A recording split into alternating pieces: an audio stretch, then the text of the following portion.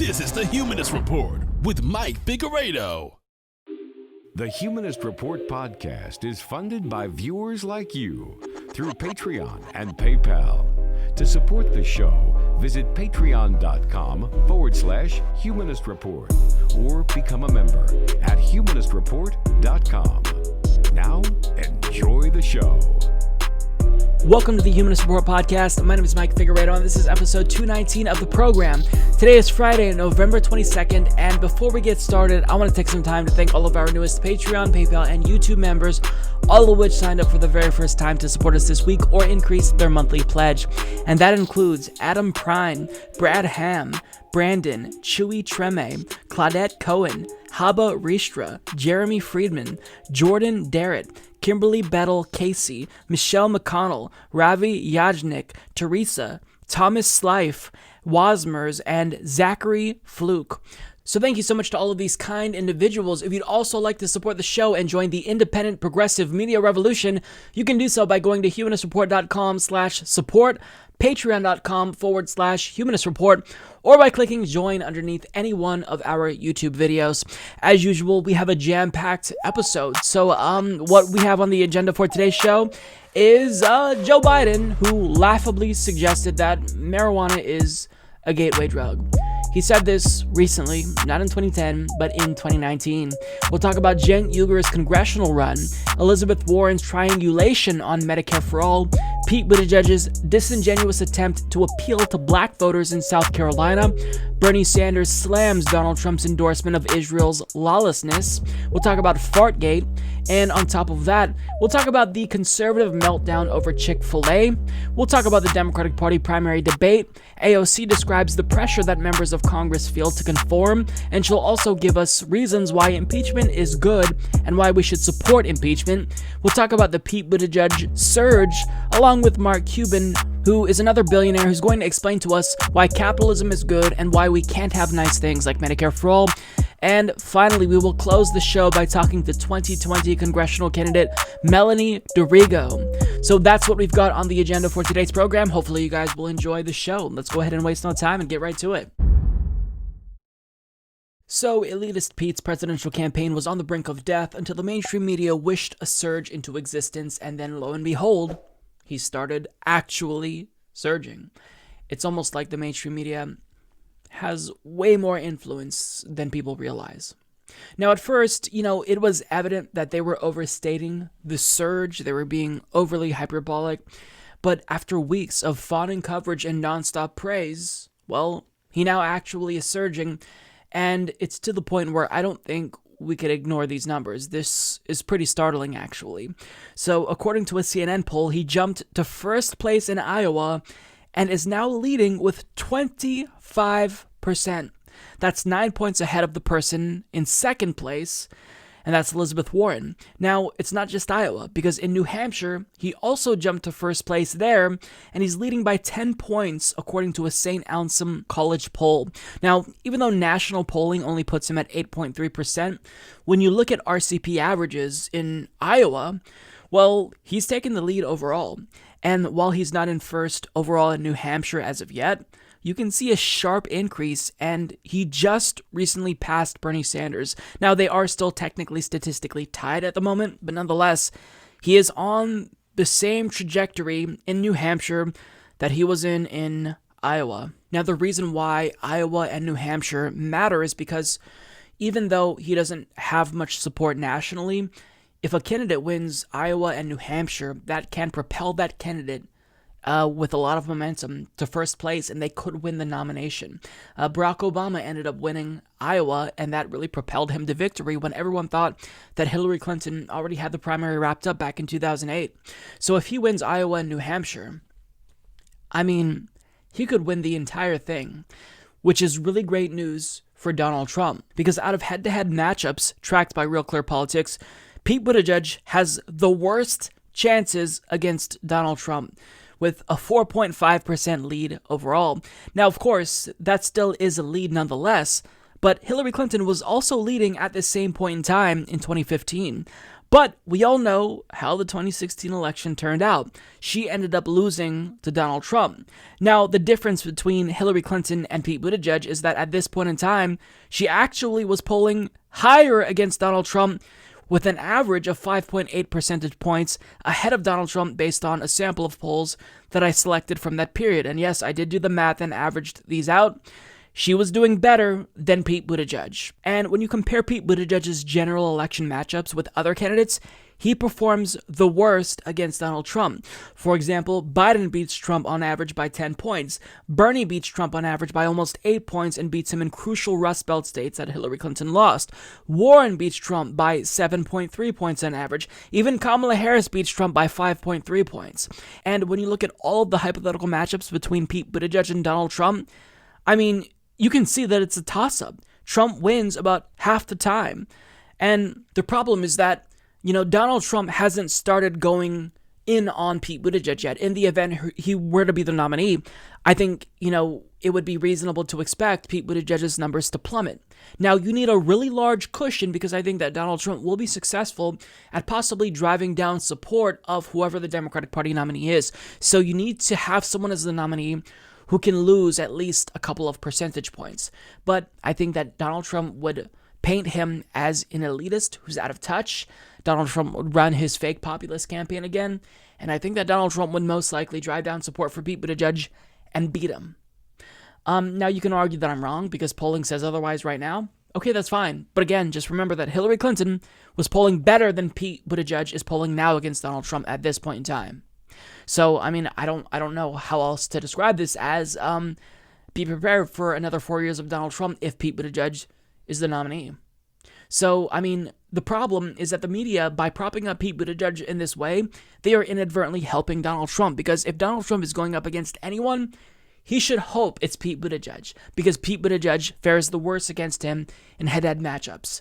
Now, Pete Buttigieg isn't doing any favors for himself because as he managed to move back into the spotlight, well, I mean, he's really letting his inner Republican show, which means that the Democratic Party base will be demoralized. They likely would stay home as they did for Hillary Clinton, not support him. He wouldn't have the support of young people, and that would pretty much guarantee that he's not going to be successful.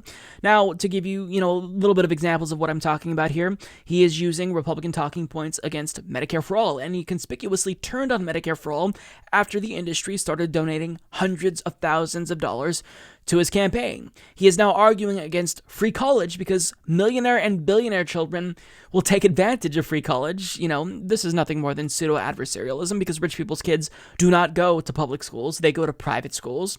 And if he really was about, sticking it to the elites as he's trying to make you think he is here, he'd just be in favor of a wealth tax.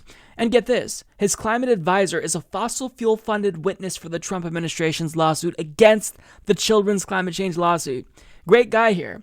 And on top of that, he also unironically floated the idea of sending U.S. troops to Mexico to combat gang and drug violence that is literally happening because of our war on drugs. So he's bad on the policy, and part of the reason that Pete Buttigieg shouldn't be propped up by the media is because you're not going to win this election without the support of black people, which he absolutely is struggling to win over for good reason because of scandals that are plaguing his campaign with regard to South Bend. And on top of that, you're not going to win if you don't have young people behind you. Young people are not on board with what Pete Buttigieg is offering, because even though he touts himself as the millennial who's going to bring about generational change, this is a millennial with boomer energy. He is not on board with what we want. And on top of that, he's proposing things that will not only demoralize young people and discourage them from voting, but he's proposing things that we are going to fucking hate, like a national service program. I mean, I'm sure that every millennial is just thrilled about this. Now, he also recently got booed by young people for disparaging Medicare For All. Take a look at this video. And it's why we need to deliver health care to every American, because you're not free if you don't have it. Now the way I would do it is to deliver Medicare for all who want it, take a version of Medicare.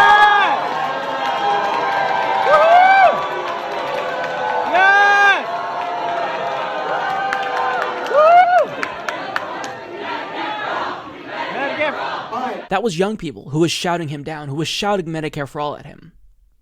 On top of that, when he thinks not very many people are watching, look at how condescending and dismissive he is to young people who are concerned about climate change. This is a video from the Sunrise Movement.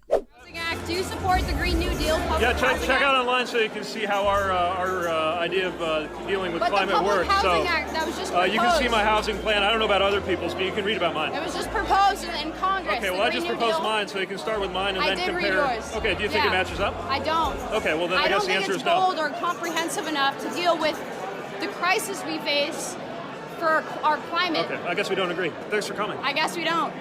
So Pete Buttigieg is garbage, and you're not going to win without getting out that youth vote. You're not going to win without black people behind you, who are the most loyal constituency the Democratic Party has. Period. End of story. But the reason why Pete Buttigieg thinks he has a chance is because he has the most billionaire donors. There hasn't been a single candidate with as many billionaire donors as Pete Buttigieg, and he has done a number of fundraisers in the Hamptons with elites. So celebrities and billionaires love him. But if you don't have young people and black people behind you, you're not going to win. You will lose to Donald Trump, Pete Buttigieg. And no amount of cringeworthy high hopes dancing is going to get young people excited about you if you don't deliver on the policy substance.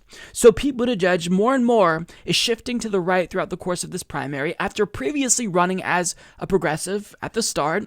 And this really isn't too surprising when you learn about his history, because there was recently a video that was uncovered of him praising the racist Tea Party movement because they were suddenly concerned about the quote-unquote direction the country was headed in once we elected a black president. I have to admit, as a Democrat, that many of my friends and supporters looked at me as if I was absolutely nuts when I suggested that I would be coming tonight to speak with a group that's often identified with the Tea Party. There are some, especially in my party, the Tea Party is a wholly owned subsidiary of the Republican Party. But there are many others who believe that the Tea Party is motivated by real concerns about the direction of our government and the responsiveness of our government to citizens, and above all, a frustration with business as usual. So Pete Buttigieg is someone that we all should be concerned with, not just because, we wouldn't get a Bernie Sanders presidency, but because if we got a Pete Buttigieg Democratic Party nominee, Trump's going to win. I mean, that's obvious. That should be easy for everyone to see. Trump is going to win if he's the nominee. You don't have to believe me, but progressives very early on were talking about the viability and electability of someone like Hillary Clinton, who was a centrist. Now, I still thought that she was going to win against Donald Trump because Donald Trump was that incompetent, but I underestimated just how desperate people were and how demoralized some people were who didn't want to come out to vote, even if it meant defeating a fascist like Donald Trump. Pete Buttigieg is not going to win. And the worst part about Pete Buttigieg is that even if we manage to successfully defeat him in 2020, during the Democratic Party primary, that is, if he loses, he's going to be back every 4 to 8 years, and the mainstream media will continue to push him down our throats because he's a young person who they desperately want to be the first gay president. The New York Times was already coining him the first gay president, possibly back in 2016, before we even knew who he was nationally, before he even ran to be the DNC chairman. So this is someone who is going to be an influence on the Democratic Party for years to come, potentially, and he's a negative influence, and he's not looking out for anyone. He's looking out for himself. So this surge is something that really should concern everyone who wants to see change, who want to beat Donald Trump. Like, if we care about electability, then choosing a neoliberal elitist as a nominee is basically guaranteeing a Donald Trump victory. Now, it's going to be hard to defeat Donald Trump. I think he's beatable. I'm not going to underestimate him like I did back in 2016. But we need to make sure that we nominate the best candidate, the most electable candidate. And the candidate who's most electable is going to be someone who goes after non-voters, people who've stayed home, people who are young, who are getting out to vote for the first time, who are excited to come out. And that person is Bernie Sanders. So Pete Buttigieg, as I see him surge, I'm watching in horror because not only is he bad for the Democratic Party, again, the dude's going to lose to Trump. So if you're a Pete Buttigieg supporter, think long and hard about your decision to support him because this elitist is going to get crushed by Donald Trump. And I don't want to have to say I told you so, but you should have learned the lesson that 2016 taught us. And if you still haven't learned that lesson, that electing a neoliberal centrist isn't going to get people excited, regardless if we're making history, regardless if, it's the first gay president, that's not going to do it. That's not going to excite people. We need someone who's going to deliver on policy. Pete Buttigieg, his centrism, those days are gone. We're moving on past centrism and triangulation. It's precisely what will facilitate a second term for Donald Trump and a permanent capture of the Supreme Court. I mean, if Trump appoints 1 or 2 more justices, kiss all your civil rights and civil liberties goodbye. So, people who are voting for Pete Buttigieg, you're playing with fire. So, I want to talk about a new scandal with regard to Mayor Pete's campaign that I'm sure will have absolutely zero impact on his electoral chances, because currently he is, in fact, surging. So there's a new CNN poll out of Iowa that puts him in first place, and Real Clear Politics polling averages also now puts him in first place in Iowa, surpassing even Elizabeth Warren. Now, this surge is happening because this is a candidate whose campaign has been propped up by the mainstream media.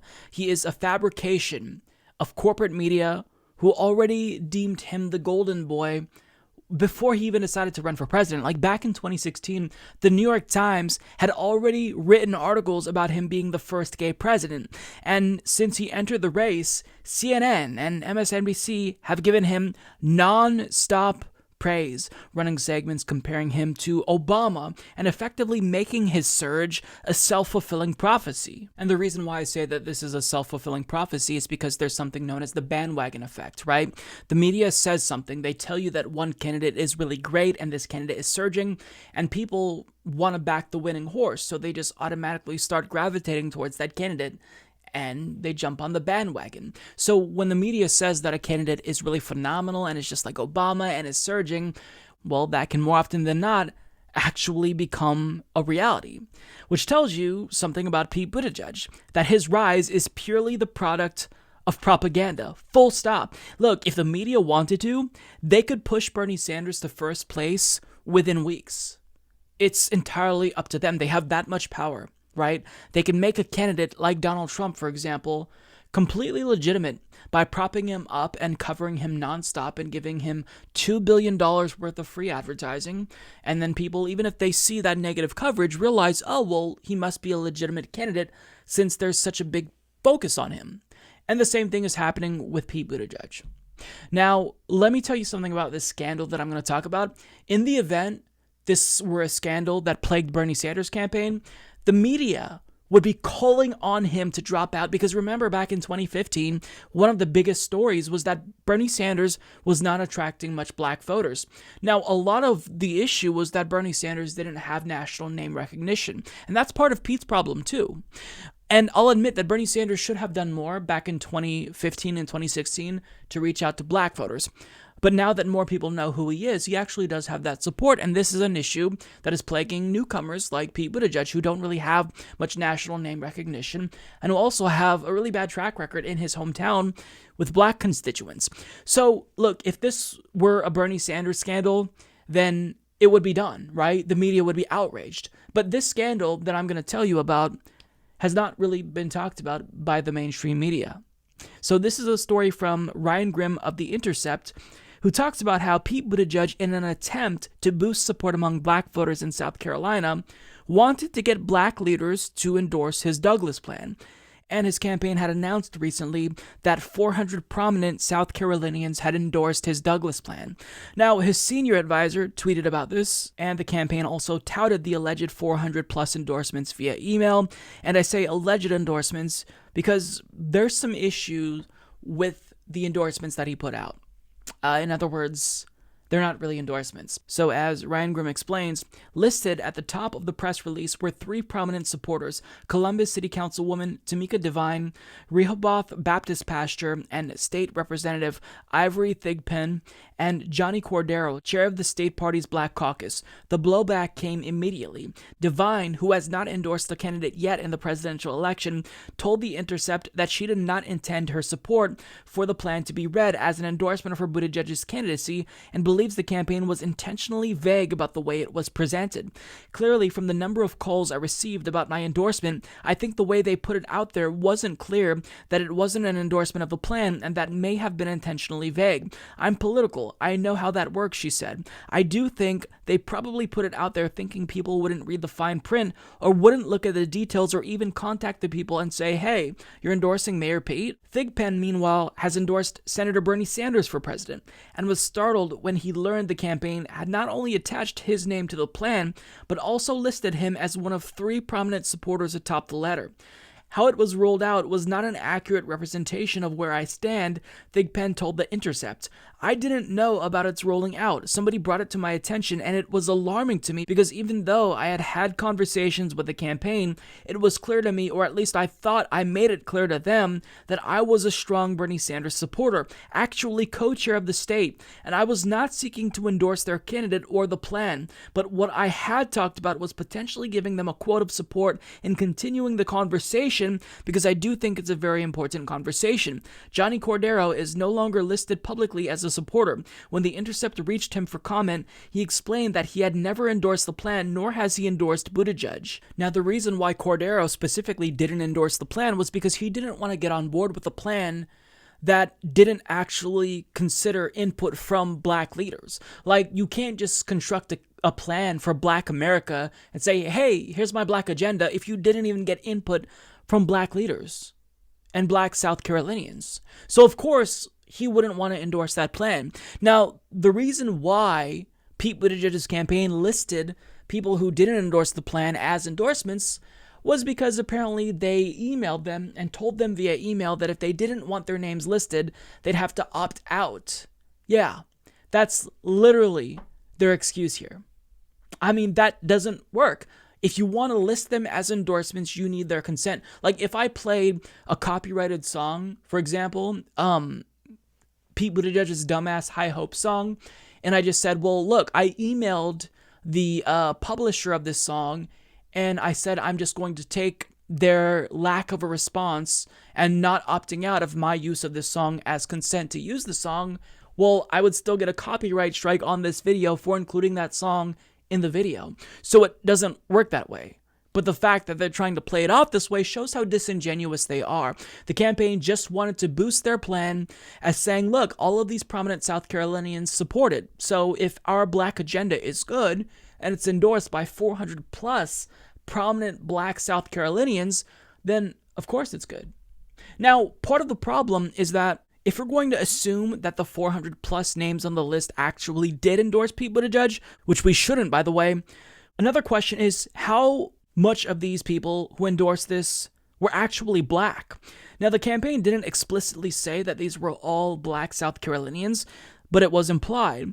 Now, when looking at 297 of the 422 names on the list who had voter files that actually selected what their race was, 184 of them were white, meaning that 42% of Pete Buttigieg's entire 400 plus endorsement list came from white people. That means that 62% of the 297 names looked at were white. Now, if you're going to construct a plan for Black America, then first of all, you need to get the input of Black leaders.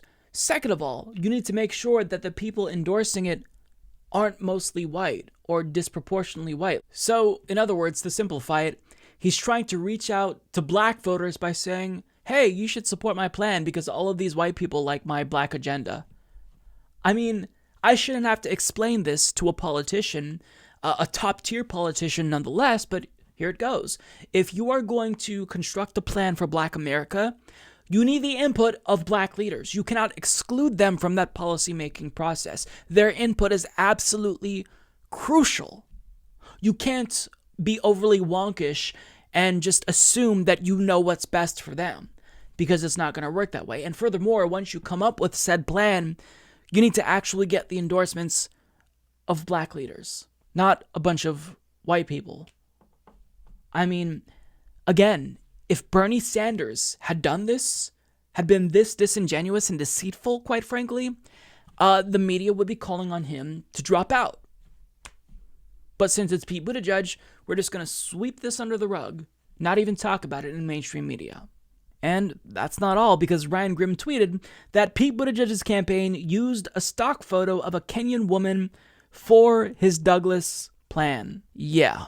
Which Ilhan Omar responded saying, this is not okay or necessary, with a facepalm emoji. I mean, Pete Buttigieg is an absolute joke, and the fact that he has managed to get back into, the first place, one of 4 candidates who could very well win the Iowa caucus, it just shows you the dismal state of affairs in American politics, largely due to propaganda from the mainstream media. They absolutely love and adore Pete Buttigieg. They love him. So it doesn't matter what he does. They choose what to cover and what not to cover. They're the filter that determines what you get to see. So if they don't think this is a big story, if they don't think this shows how tone deaf he is in his attempt to reach out to black voters after formally insinuating that they're homophobic for not supporting him in South Carolina, well, they're just going to not talk about this. Sweep it under the rug. I mean, it's ridiculous. Pete Buttigieg is not a serious candidate, and he should be polling near the bottom because he's one of the worst in this race. But the fact that he's a top-tier candidate, again, goes to show you that we need to reform our media apparatus in this country if we truly want real democracy, because the options aren't being presented fairly to people. They're being duped by corporate propaganda, and the reason why they're being duped by corporate propaganda is because Pete Buttigieg is the candidate for corporate America. He has the most billionaire donors. He started changing his tune on Medicare For All once he started taking a lot of health insurance industry money and got contributions from Big Pharma. And he's made it increasingly clear to corporate America, he's their guy, and he's going to be just like Obama. Change on the outside, continuity on the inside. So Pete Buttigieg is someone who you need to educate people about, because if you know someone who just watches mainstream media and they're in that MSNBC bubble, they may not know how awful Pete Buttigieg is. So we have to do better as progressives at educating fellow liberals in our family and let them know that this person isn't just a bad candidate, but he's potentially dangerous because he is a liability in a general against Donald Trump. And not just that, he's a terrible candidate who wouldn't change anything in the event he were elected. So, I mean, the fact that he's not already eliminated because of the police chief controversy in South Bend, it just goes to show you how powerful the media is. If they want someone who is a failing politician whose campaign was basically on the verge of death to be rehabilitated, they could do that if they really wanted to. Donald Trump, who, let me remind you, ran as the law and order candidate, is now explicitly endorsing lawlessness, at least at the international level, because his administration has essentially declared that Israel is above the law, because all of the illegal settlements that they've been building and continue to build in the West Bank aren't actually illegal according to the United States, in spite of what international law says. Not so much in favor of law and order anymore, is he? Yeah. Now, as Laura Jakes and David M. Halbfinger of the New York Times explains, the Trump administration declared on Monday that the United States does not consider Israeli settlements in the West Bank a violation of international law, reversing 4 decades of American policy and removing what has been an important barrier to annexation of Palestinian territory. The announcement by Secretary of State Mike Pompeo was the latest political gift from the Trump administration to Prime Minister Benjamin Netanyahu, who has vowed in 2 elections this year to push for annexation of the West Bank. His chief opponent, Benny Gantz, has until Wednesday night to gather a majority in Israel's parliament, or he will relinquish his chance to form a new government, raising the prospect of a 3rd round of elections. The United States in the past has described the settlements as illegitimate, and Palestinians have demanded the land for a future state, a goal that has been backed by the United Nations, European governments, and American allies across the Middle East. But President Trump has been persistent in changing United States policy on Israel and the Palestinian territories, moves aimed at bolstering political support for Mr. Netanyahu, who has failed to form a government after 2 rounds of elections with razor-thin outcomes.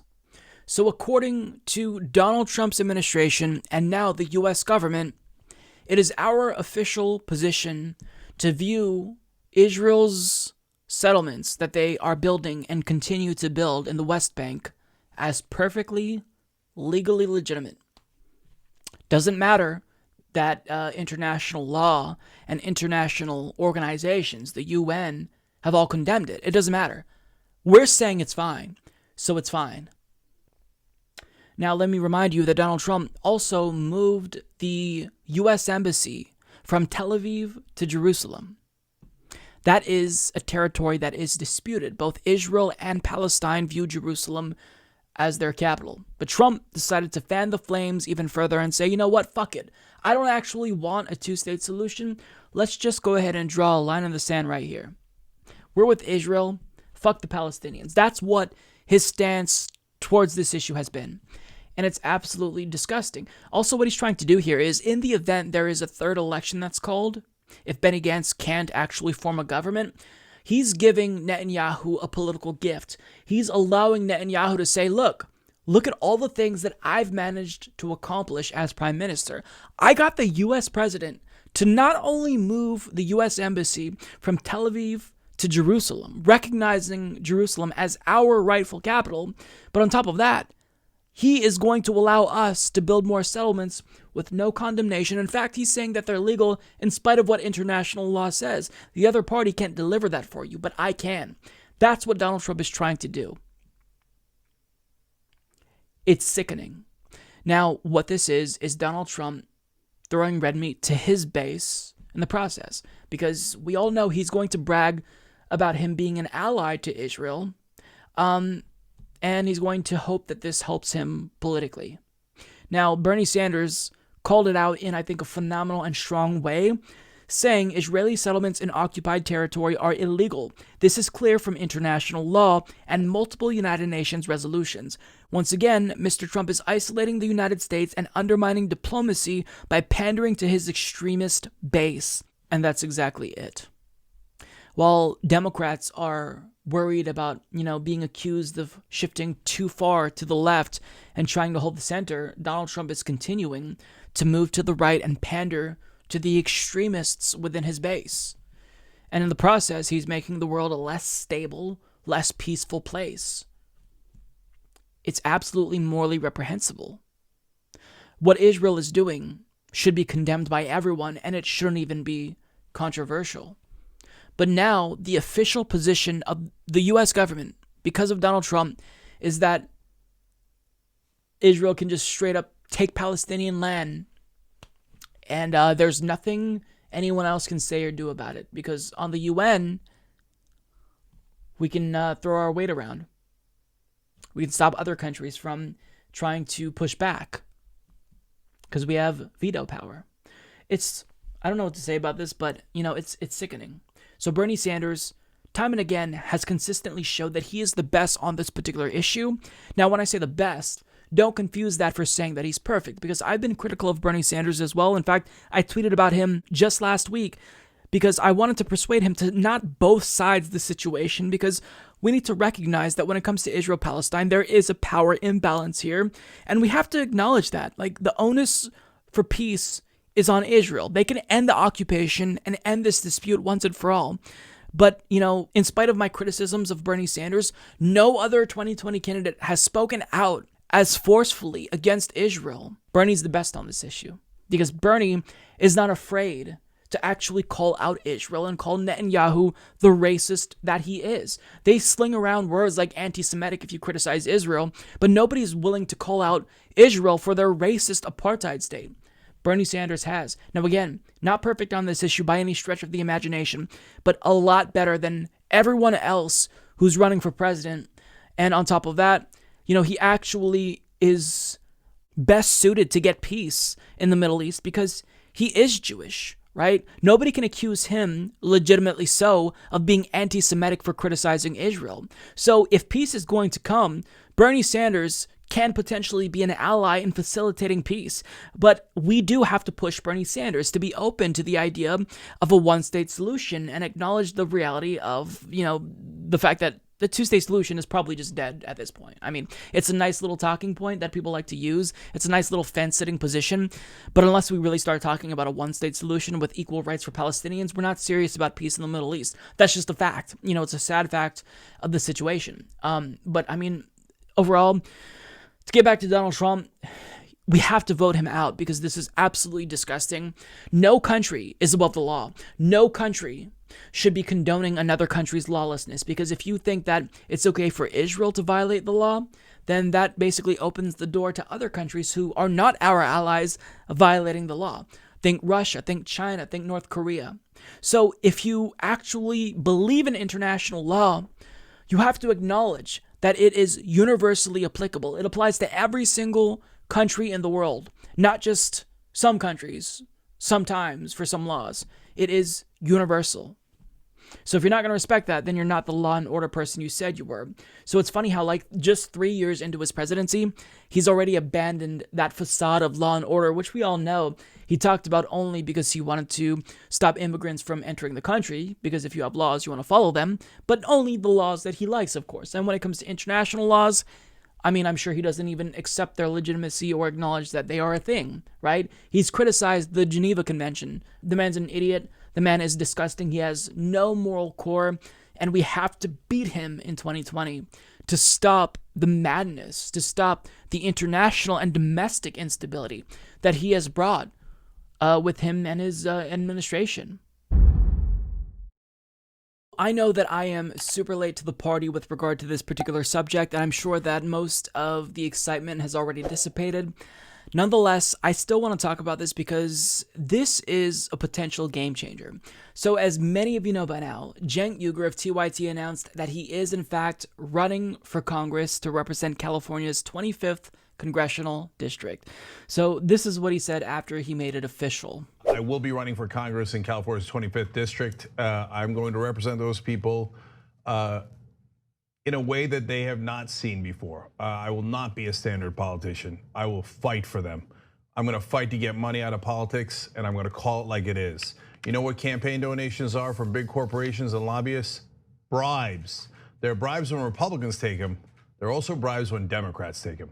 I'm not gonna take any of that, and I'm gonna fight to get you guys higher wages and to get you health care that your family needs. And my district at this point is literally on fire, okay? And we have got to fix all of this, and a standard politician ain't gonna do it. Yeah, that is incredibly exciting, and let me just say, this could be huge. The influence that he would have in Congress, I mean, it can't be overstated.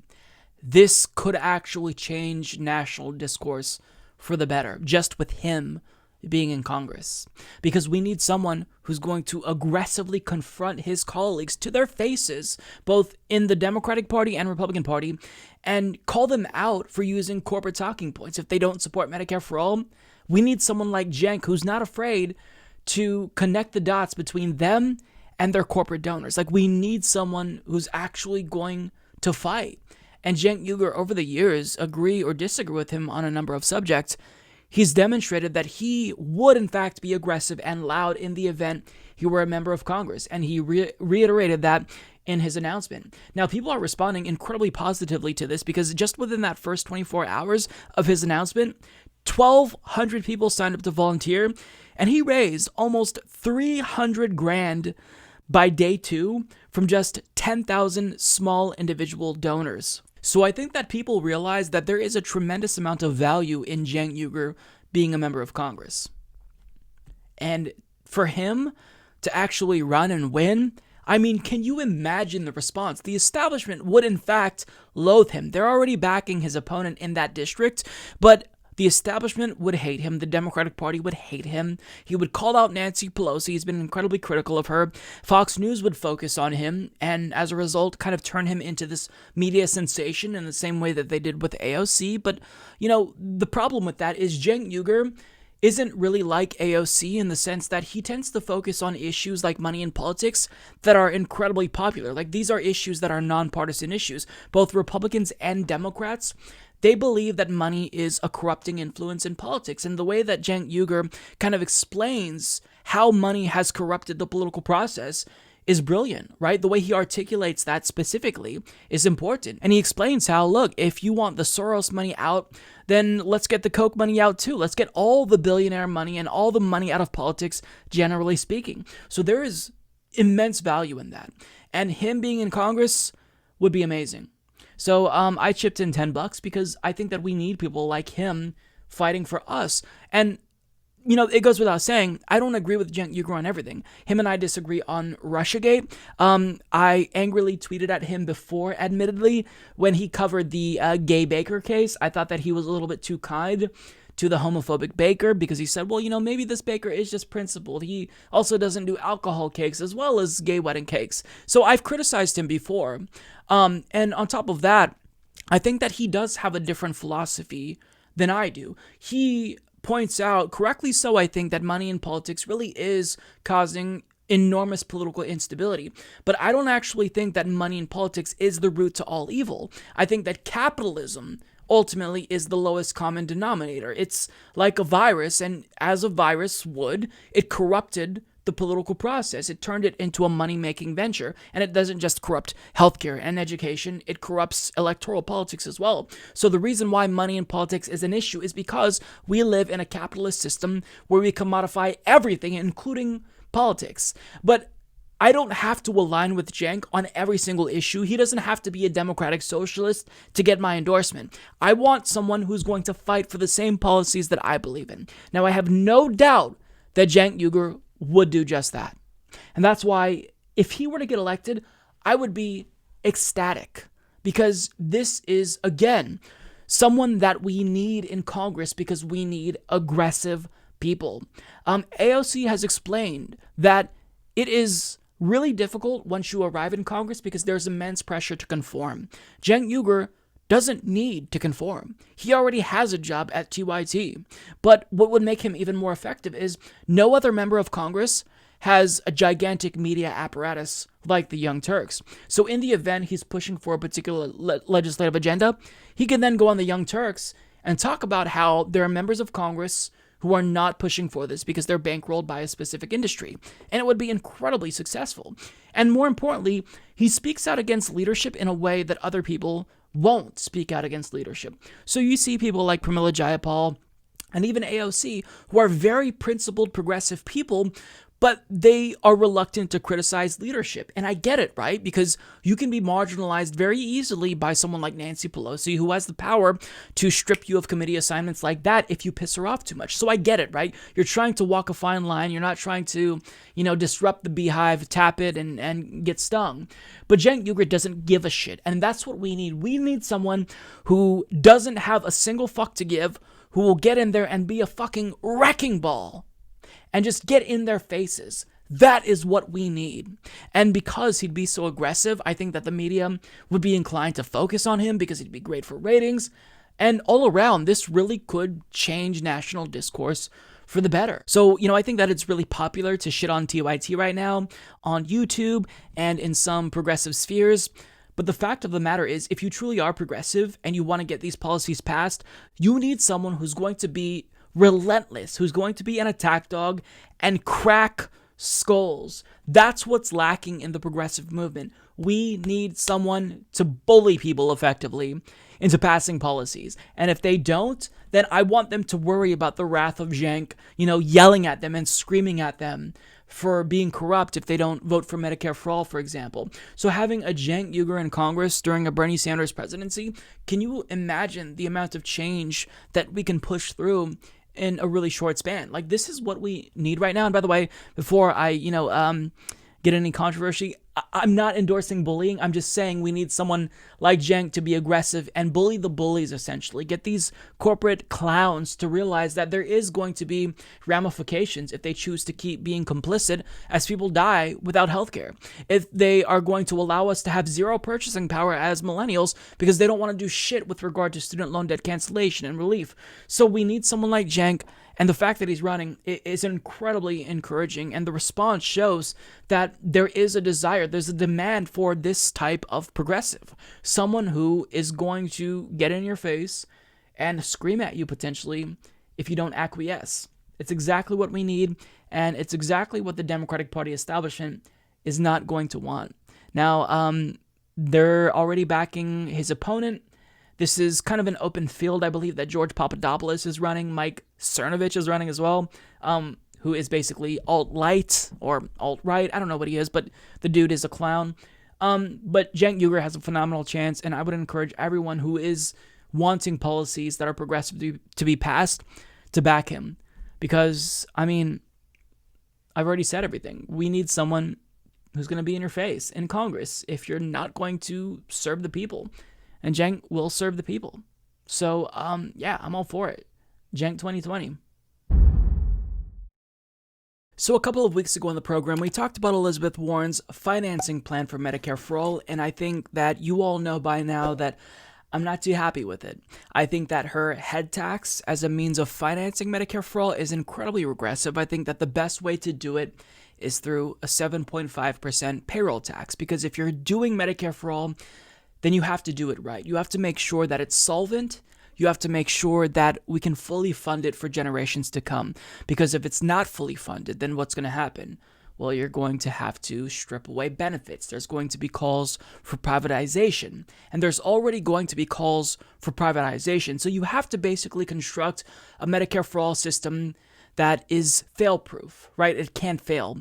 But with Elizabeth Warren's plan, I don't think that she's worried so much about creating a robust healthcare system as she is about appeasing her critics.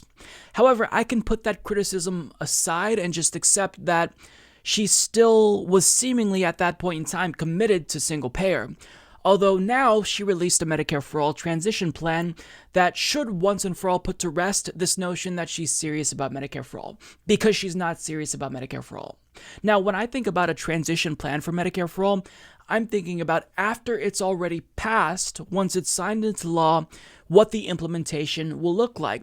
But what she rolls out here essentially is a roadmap as to how she's going to get Medicare for All passed. Now, she tweeted about this saying, "Today I'm sharing my plan to transition to Medicare for All in my first term. We will reverse Trump's sabotage of the ACA, lower drug prices, lower the Medicare age to 50, and create a true Medicare for All option and fully transition to Medicare for All. As president, I'll reverse Donald Trump's efforts to sabotage the Affordable Care Act and will protect people with pre-existing conditions. And in my first 100 days, I'll take executive and legislative action to reduce healthcare costs and improve coverage. First, I'll act immediately as president to lower the costs of critical drugs, including specific drugs that millions of Americans currently rely on, like insulin and EpiPens. And I'll crack down on corruption to rein in health insurers and drug companies. Next, in my first 100 days, I'll use the same process Mitch McConnell used to try and kill the ACA to bypass the filibuster and create a true Medicare for All option, more generous than one proposed by any other campaign, to begin the transition to Medicare for All. This Medicare for All option will be open to everyone and includes all the healthcare benefits of Medicare for All. It will be immediately free for nearly half of all Americans, including all children under 18 and anyone with income at or below 200% of the federal poverty level. I'll also let anyone over the age of 50 join the existing Medicare program, and I'll improve its benefits and reduce its costs for everyone. We will continue to move forward on healthcare throughout my term, including by investing $100 billion in new breakthrough medical research and by creating a new drug development institute at the NIH. And now, here's the kicker. By the end of my third year, I'll fight to pass legislation to complete the transition to Medicare for All. Once millions have experienced the full benefits of a Medicare for All option and compared it to the corrupt and wasteful system we have today, the people will demand it. Now, if this were just one policy proposal where you pass Medicare for All and it starts out with a public option that you can buy into, and then towards the end of the third year, everyone's enrolled in Medicare for All, that would be one thing. But what she's doing is she's taking the healthcare battle and she's dividing it. She's saying, first, we are going to prioritize a public option. We're going to have a means-tested public option, Medicare for All who want it, if you will, and we're going to pass that. And once I've finished fighting for that, once I spend all my political capital fighting on that, after the first midterm of my presidency, assuming I'll be able to hold on to the House and the Senate, which Obama and Trump were both not able to do, but she's going to be different, assuming she'll still have the House and Senate in her third year of her first term, well then, that's when we're going to fight for another piece of major healthcare legislation, Medicare for All. And I'm going to get all of this accomplished while not having a real grassroots movement behind me, fighting with me for this. This should tell you that she's not serious about Medicare for All. Her priorities are laid out right here. She's prioritizing a public option, and Medicare for All, she's not prioritizing that. She's willing to wait until the third year of her presidency, when she probably will lose popularity like most presidents do, and not have Congress behind her, and that's when she's going to fight for Medicare for All. So that way, when it inevitably fails, she can throw her hands up and say, well, look, I tried. She is not serious about Medicare for All. Now, the thing that irritates me, I think, the most is that actual well-meaning people, proponents of Medicare for All, like Pramila Jayapal and Adi Barkan, they're touting this as a brilliant move by Elizabeth Warren to get Medicare for All passed. But this is not Elizabeth Warren playing 4D chess. This is Elizabeth Warren communicating to you in a pseudo-wonkish, unnecessarily convoluted way that she, in fact, is not serious about Medicare for All. And what she's trying to do is appease progressives and centrists at the same time by adopting both of their plans. And really, if you think about it, she's adopting one plan, a public option, because if you are prioritizing one plan over the other, then you're not serious about the other plan, right? Because if you want Medicare for All, we all know there's no reason to disaggregate this fight, to divide up healthcare reform. You just pass Medicare for All with all the issues that we have to address: climate change, campaign finance reform, student loan debt cancellation. Why on earth would you choose to create another obstacle for yourself when you already know that this is going to be a massive battle? A public option will be a gigantic battle. But now she's saying, I don't want to just wage that massive battle. I want a second massive battle to deal with. I mean, look, she's not serious about Medicare for All. Now, I think that Carl Begier of Jacobin perfectly illustrated how this is actually going to play out.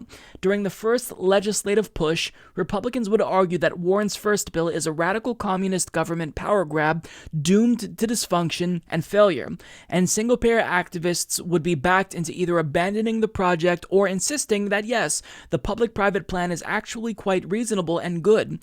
This would, one, split the movement along entirely predictable lines that are completely familiar to left organizers. Let's work with Democrats versus we must hold the line.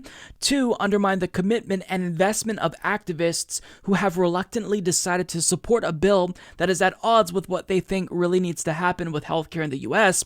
Three, center Warren's first plan as the reasonable compromise and the second plan as an unnecessarily radical instance of Democrats pressing their advantage. And four, exhaust everyone before picking the second fight. There is no way the fight for single payer would survive Warren's plan. It is practically tailor-made to divide, depress, marginalize, and exhaust any political will for single payer before we've even begun the final fight. That is exactly how this will play out.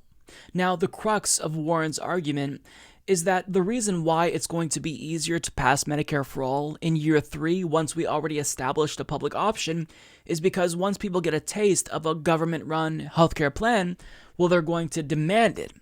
But what do you think is the more likely scenario? Let's assume she's successful and she passes a public option in year 1. Do you think that Americans will just become complacent and want to move on to the next issue? Or do you think they'll still be energized to fight for Medicare for All?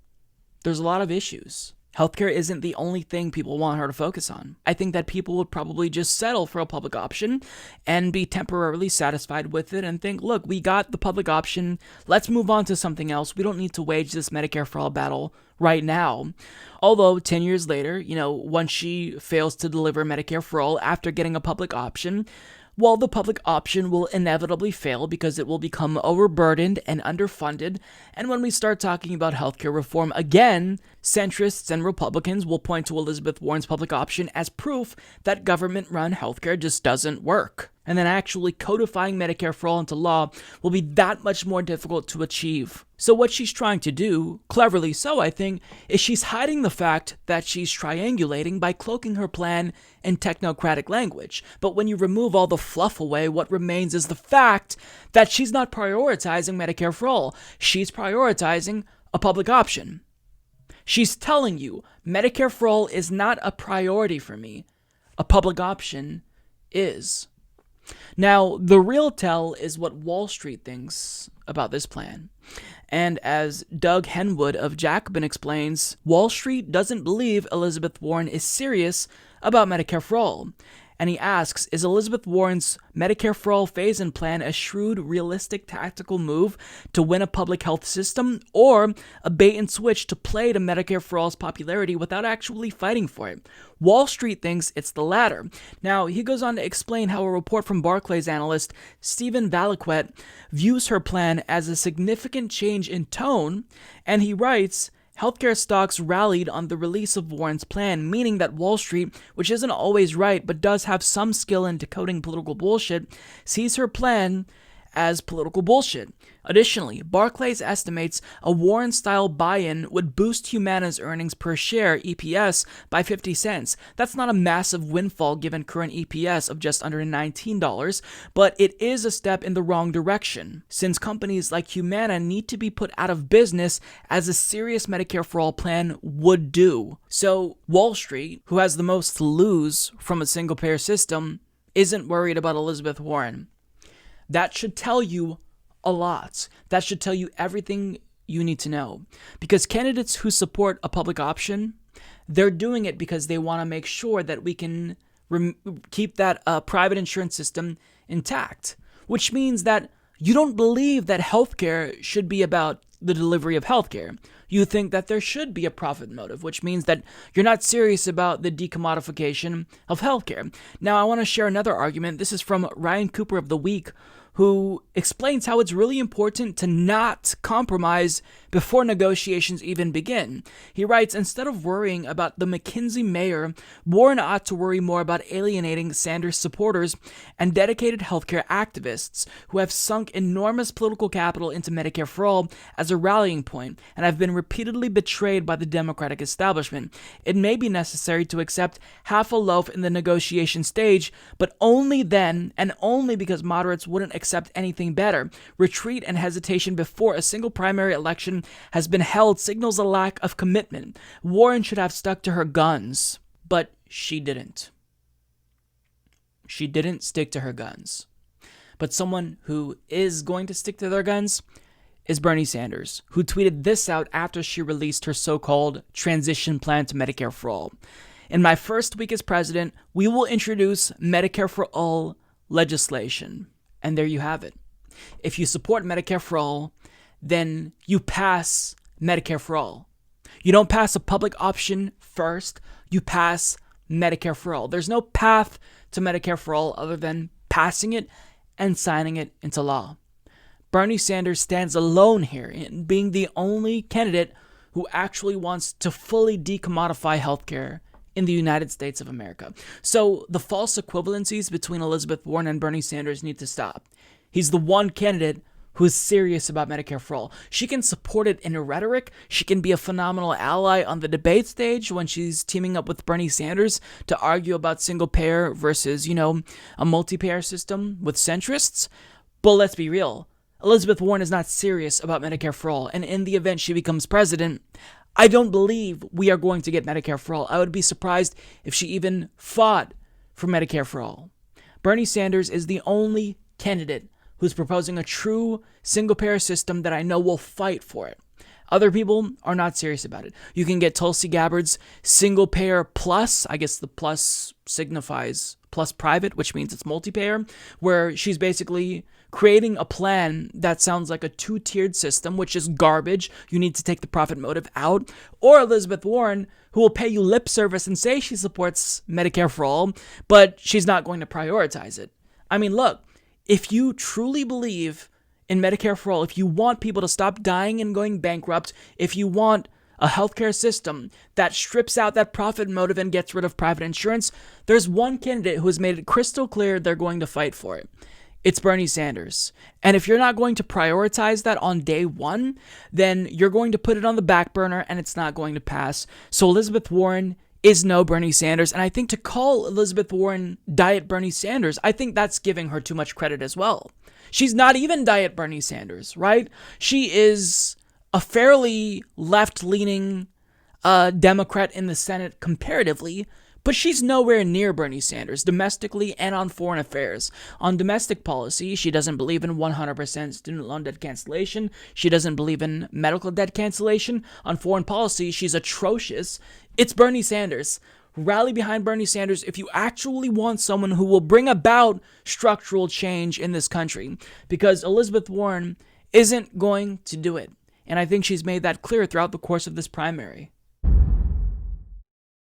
It's no secret that Joe Biden is out of touch. I think that even his own supporters know that he's out of touch, but they're still supporting him regardless because they think that he's more electable against Donald Trump, which is laughable. But I mean, it's no secret that he's not progressive, right? To put it charitably.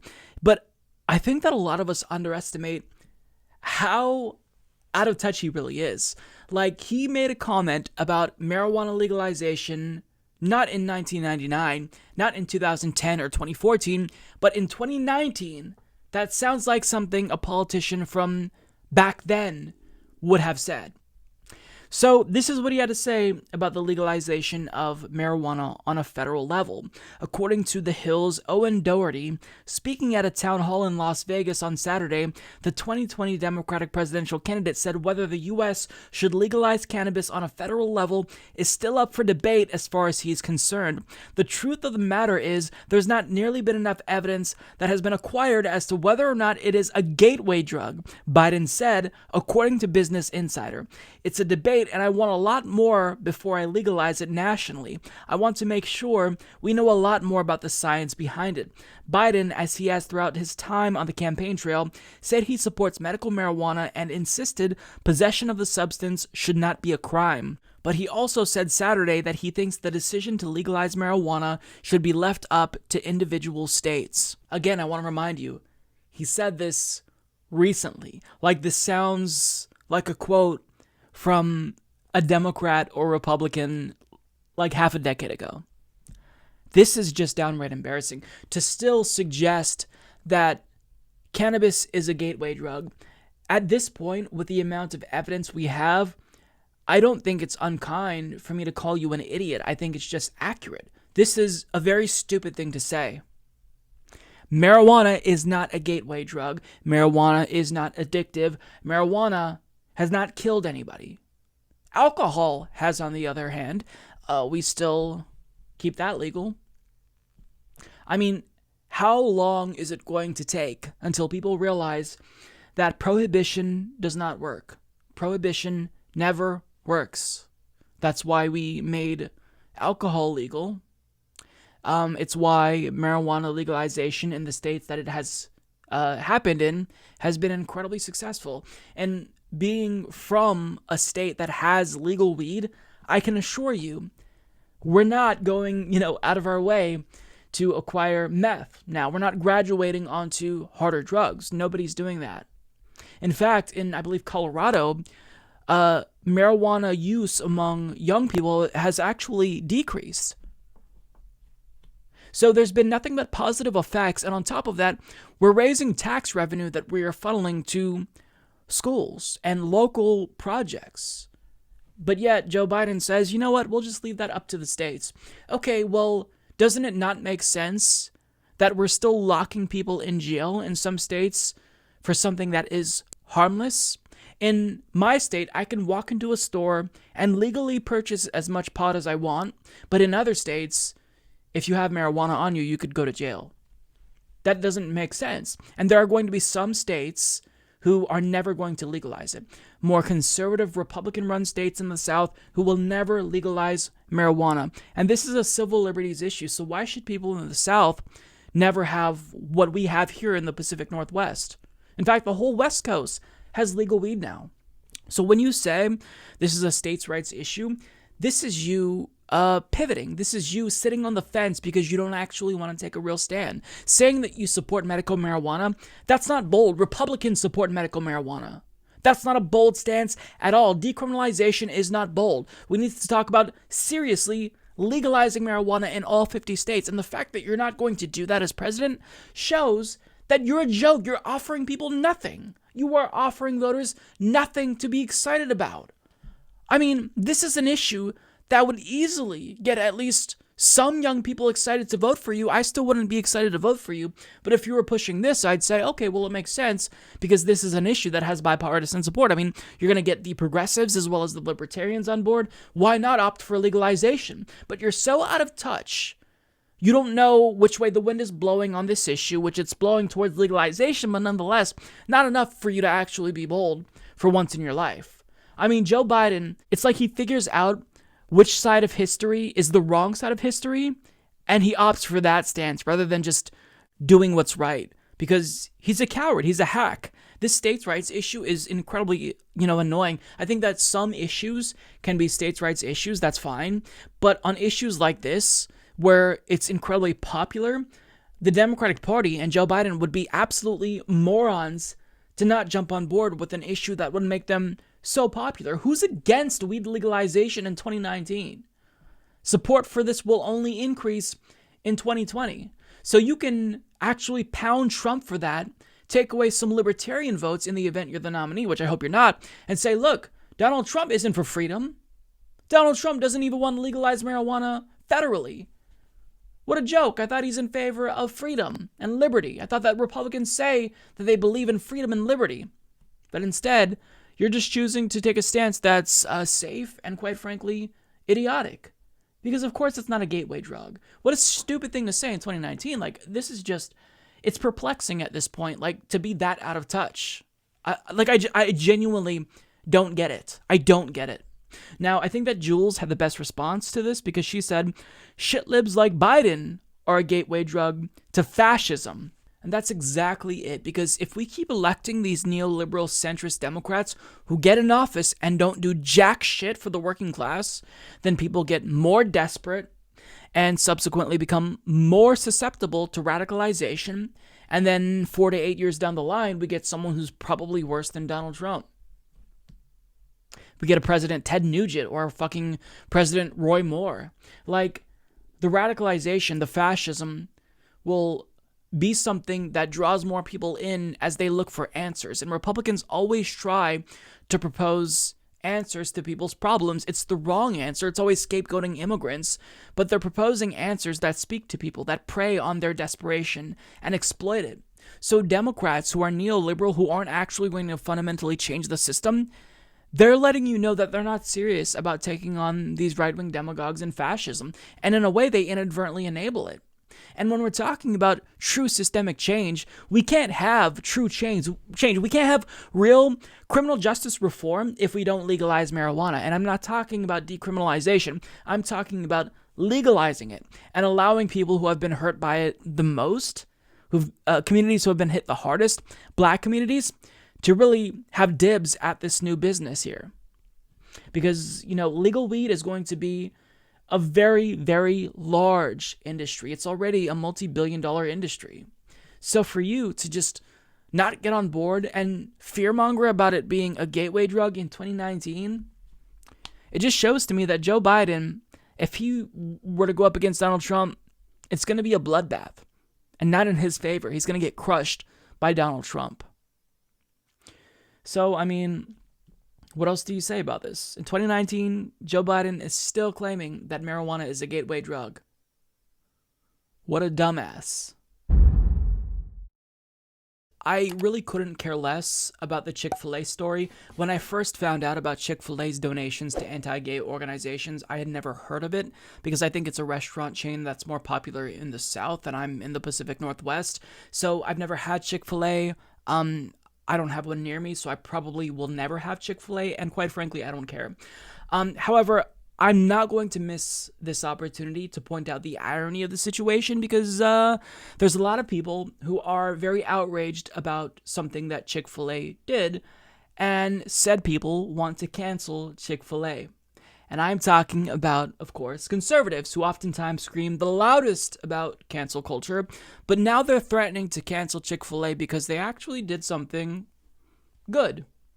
So they decided to stop donating to anti-gay organizations.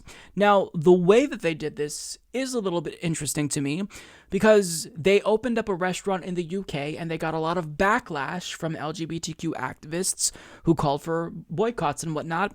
Because, I mean, oftentimes being anti-gay is just not good for business. That's capitalism, right? There was no market demand for a homophobic fast food restaurant and they failed. Capitalism is a motherfucker sometimes. I'm sure that my friends on the right will respect the free market. With that being said, though, they realized that, being anti-gay in 2019 isn't necessarily the best business decision, and they learned about that the hard way. So they announced that they will no longer be donating to organizations that are explicitly anti-gay. And in response, predictably, conservatives reacted by melting down and threatening to cancel them. So Ben Shapiro tweeted, Chick-fil-A has survived and thrived because they served everyone and refused to cater to the cancel culture. Now they've caved at the behest of the censorious left. This is a terrible move and just the latest indicator that the center cannot hold. A country in which we only eat at restaurants where we agree with the owner's politics when the owner's politics does not affect anything happening inside the restaurant is a country that cannot survive as a unified entity. So let's just pause right there and acknowledge how big of a drama queen Ben Shapiro is. Like, on the left and the right, nobody is a bigger drama queen than Ben Shapiro because he is reacting to the announcement that a fast food chain will stop donating to anti-gay organizations by basically saying that the country can never be unified. Ben, just shut up. I mean, I don't know what to say about this. Like, it must be, like, so miserable to be outraged and offended by things 24/7. I mean, do you ever just take a break from being offended by everything, Ben? I mean, come on. He is the quintessential example of a right-wing SJW who is just authoritarian, who wants everyone to do what he wants, but will say that that's what the left wants. But I mean, he's pissed off because a company is choosing to not donate to an anti-gay organization. But he also says that that was basically holding the center, which the center is pro-gay now, right? We've moved on this issue so much. And I think that most people who are reasonable acknowledge that, yes, gay people, like everyone else, should have equal rights. There's still a lot of people like Ben Shapiro who believe that gay people are icky and inferior. But with that being said, that's not the average American. I think that most Americans have progressed in a substantial way on this issue. We're not perfect yet, right? We have a lot of work to go. But, the fact that public pressure works, that's capitalism, right? If people don't want to buy your product, then that's capitalism. That's the free market sorting itself out. And, Chick-fil-A is learning the hard way that times have changed. But the fact that Ben Shapiro melted down here, I mean, it just shows the dude is an insufferable drama queen. But I also can't forget about my friend Dave Rubin, who is literally canceling Chick-fil-A because they gave into cancel culture. He tweeted, "The decision makes absolutely no sense. Chick-fil-A was actually cool because it stood up to the progressive mind virus, which is cancel culture. I'm not going back to that sad, dry, pathetic Burger King chicken sandwich. No way, no how. Back to the home-cooked frying pan." In other words, Dave Rubin, a gay man who's a dumbass, is angry that they're not going to be donating to anti-gay organizations and they succumbed to cancel culture. So to punish them, he's going to cancel them. High-level important ideas. This really is the stupidest timeline imaginable. And if Dave Rubin continues on this trajectory, next week he's going to come out against gay marriage. And by next year, he'll renounce his homosexuality and marry a woman or something like that. That's the trajectory that he's on. I mean, you can only sell out so much to where you start really looking ridiculous, and he's past that point. This is comical. They're donating to people organizations that are against people like him. He's also posted pictures of him eating at Chick-Fil-A because, to trigger the libs, because that's edgy. I mean, do people really care about this? Like, is that really a political statement that you want to make, that you ate at a fast food restaurant because they donated to anti-gay organizations? It's really not a statement that you want to make, and it's certainly not one you want to make if you're literally gay. But I mean, this is American politics in 2019, where everything is completely stupid and idiotic, and Dave Rubin is the perfect representation of modern American political politics. But he's not the only person who is joining the cancel culture bandwagon against Chick-fil-A, because Allie Beth Stuckey, who is getting so good at comedy that she's making lefties nervous, according to Paul Joseph Watson. But she said, really, Chick-fil-A? This is the direction you want to go? You've garnered the unconditional support of millions, not in spite of, but because of your stances, which is the sole reason you're successful. Idiocy. Bye. Oh, so you're canceling them? Wow. You know what? I think it's time that we talk about cancel culture and how it's gone too far.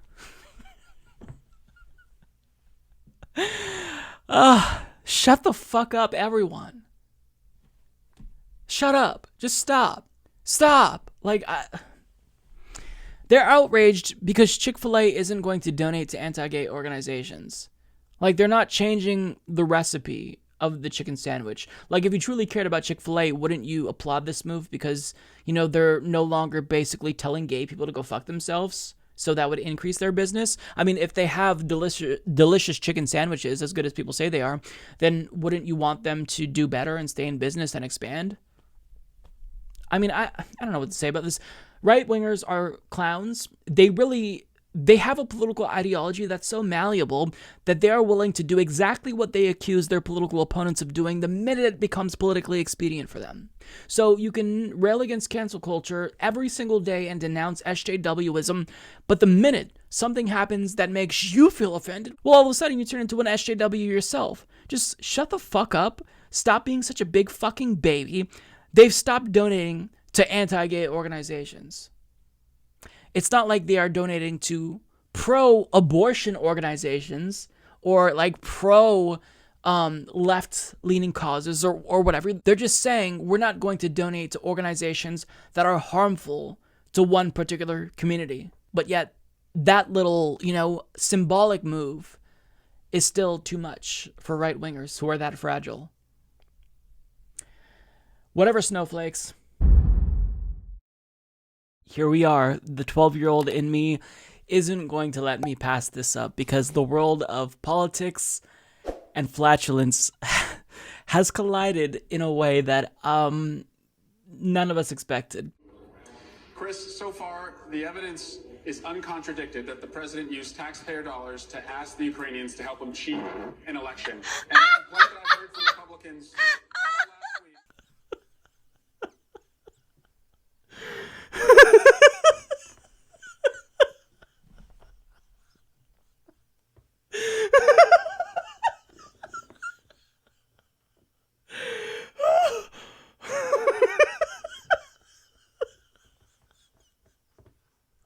The clip that I just played for you, I wanted to play the off-screen version because I thought that the laughter in it was incredibly contagious.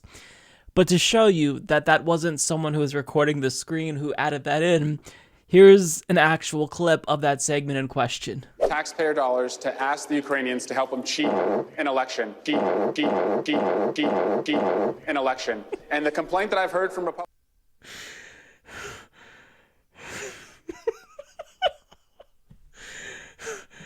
I want to watch it one more time. Heard from taxpayer dollars to ask the Ukrainians to help them cheat an election. And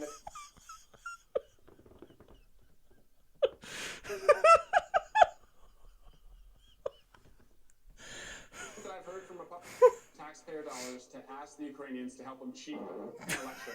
And the complaint that I've heard... The quality of the Humanist Report has gone downhill over the years, and this kind of just is like the lowest point in the show's history. But I will say, at first, I thought that it was Chris Matthews, but now I'm pretty certain that it's Eric Swalwell who did it, because, he pauses, the fart is let out, and then he continues talking. If you look at the way... Taxpayer dollars to ask ask the Ukrainians to help him cheat an election. Yeah, like he like pushes, right? So it's him.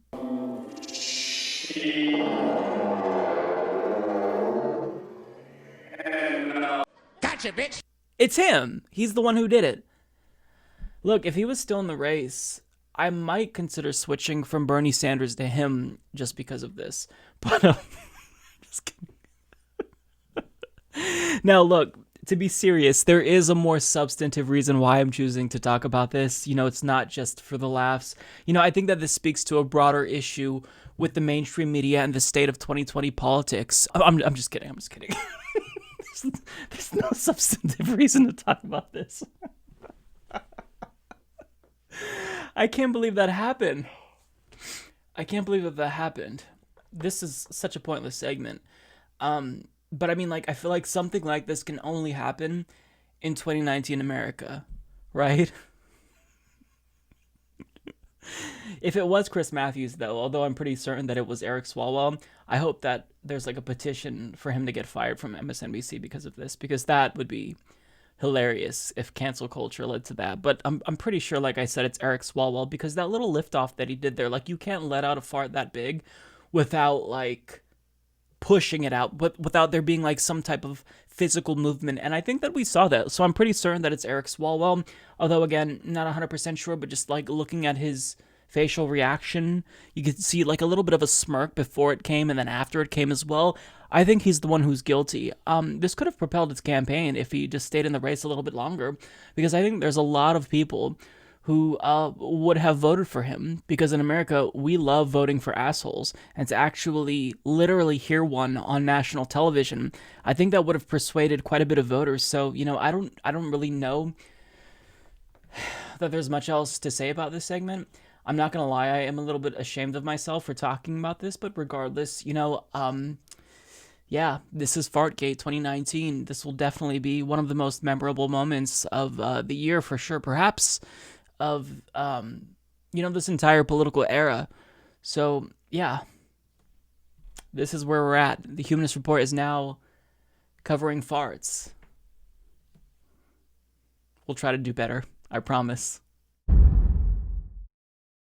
So I already know that you guys are probably sick and tired of hearing billionaires tell you that you can't have things like healthcare or education. But regardless, we're going to hear from Mark Cuban, who is another billionaire, who is going to tell you that, you know, you can't have the nice things that people in his class have. Take a look. Mark Cuban is here. He has been a capitalist his whole life, and he actually started with nothing and became a billionaire because of hard work and just smarts. And luck. And luck. There's always luck, of course. So tell me about that. What do you think about how 2020 is shaping up and countalism versus socialism? Well, I mean, capitalism is going to win. There's no question about that. But look, I'm never against open discourse. That's what makes this country great. You know, people being able to convey their opinions. Now, I'm not going to agree with all of them. Socialism just doesn't work. Medicare for all, I believe health care is a right, but you're not going to all of a sudden create an environment. Well, let's just talk about her plan, right? Yeah. And you had a Twitter battle with her. Yeah, not even with her, right? I think she just let me go. But you know, if you look at her plan, there's just things that just have no chance of passing, you know, and things that just don't make sense. Like, so part of her plan says employers will take the money that we were paying for insurance and put that into the payment for Medicare for all for their employees. Now, she had the choice of saying, let's increase payroll taxes by a certain amount, which would have been the more viable way. But what she chose was something called a head tax, which says for my companies, any company that has more than 50 employees, rather than paying a higher payroll tax, we're going to charge you the average of the last 3 years plus an inflator each year for each one of your employees. Now, that means that in her mind that we'll be paying $7,500 to pick a number per year per employee. Now, for somebody who's making $200,000 a year, okay, that's not bad. But what's the impact on someone who's making $10 an hour or $12 an hour or $30,000 a year? Right. If you know, if you have to hire somebody and the payroll cost is, instead of 6.12% or whatever it is, right, you're having to pay $7,500 per year, you're going to have second thoughts. Slow hiring. Right, you're going to have second thoughts about hiring that person.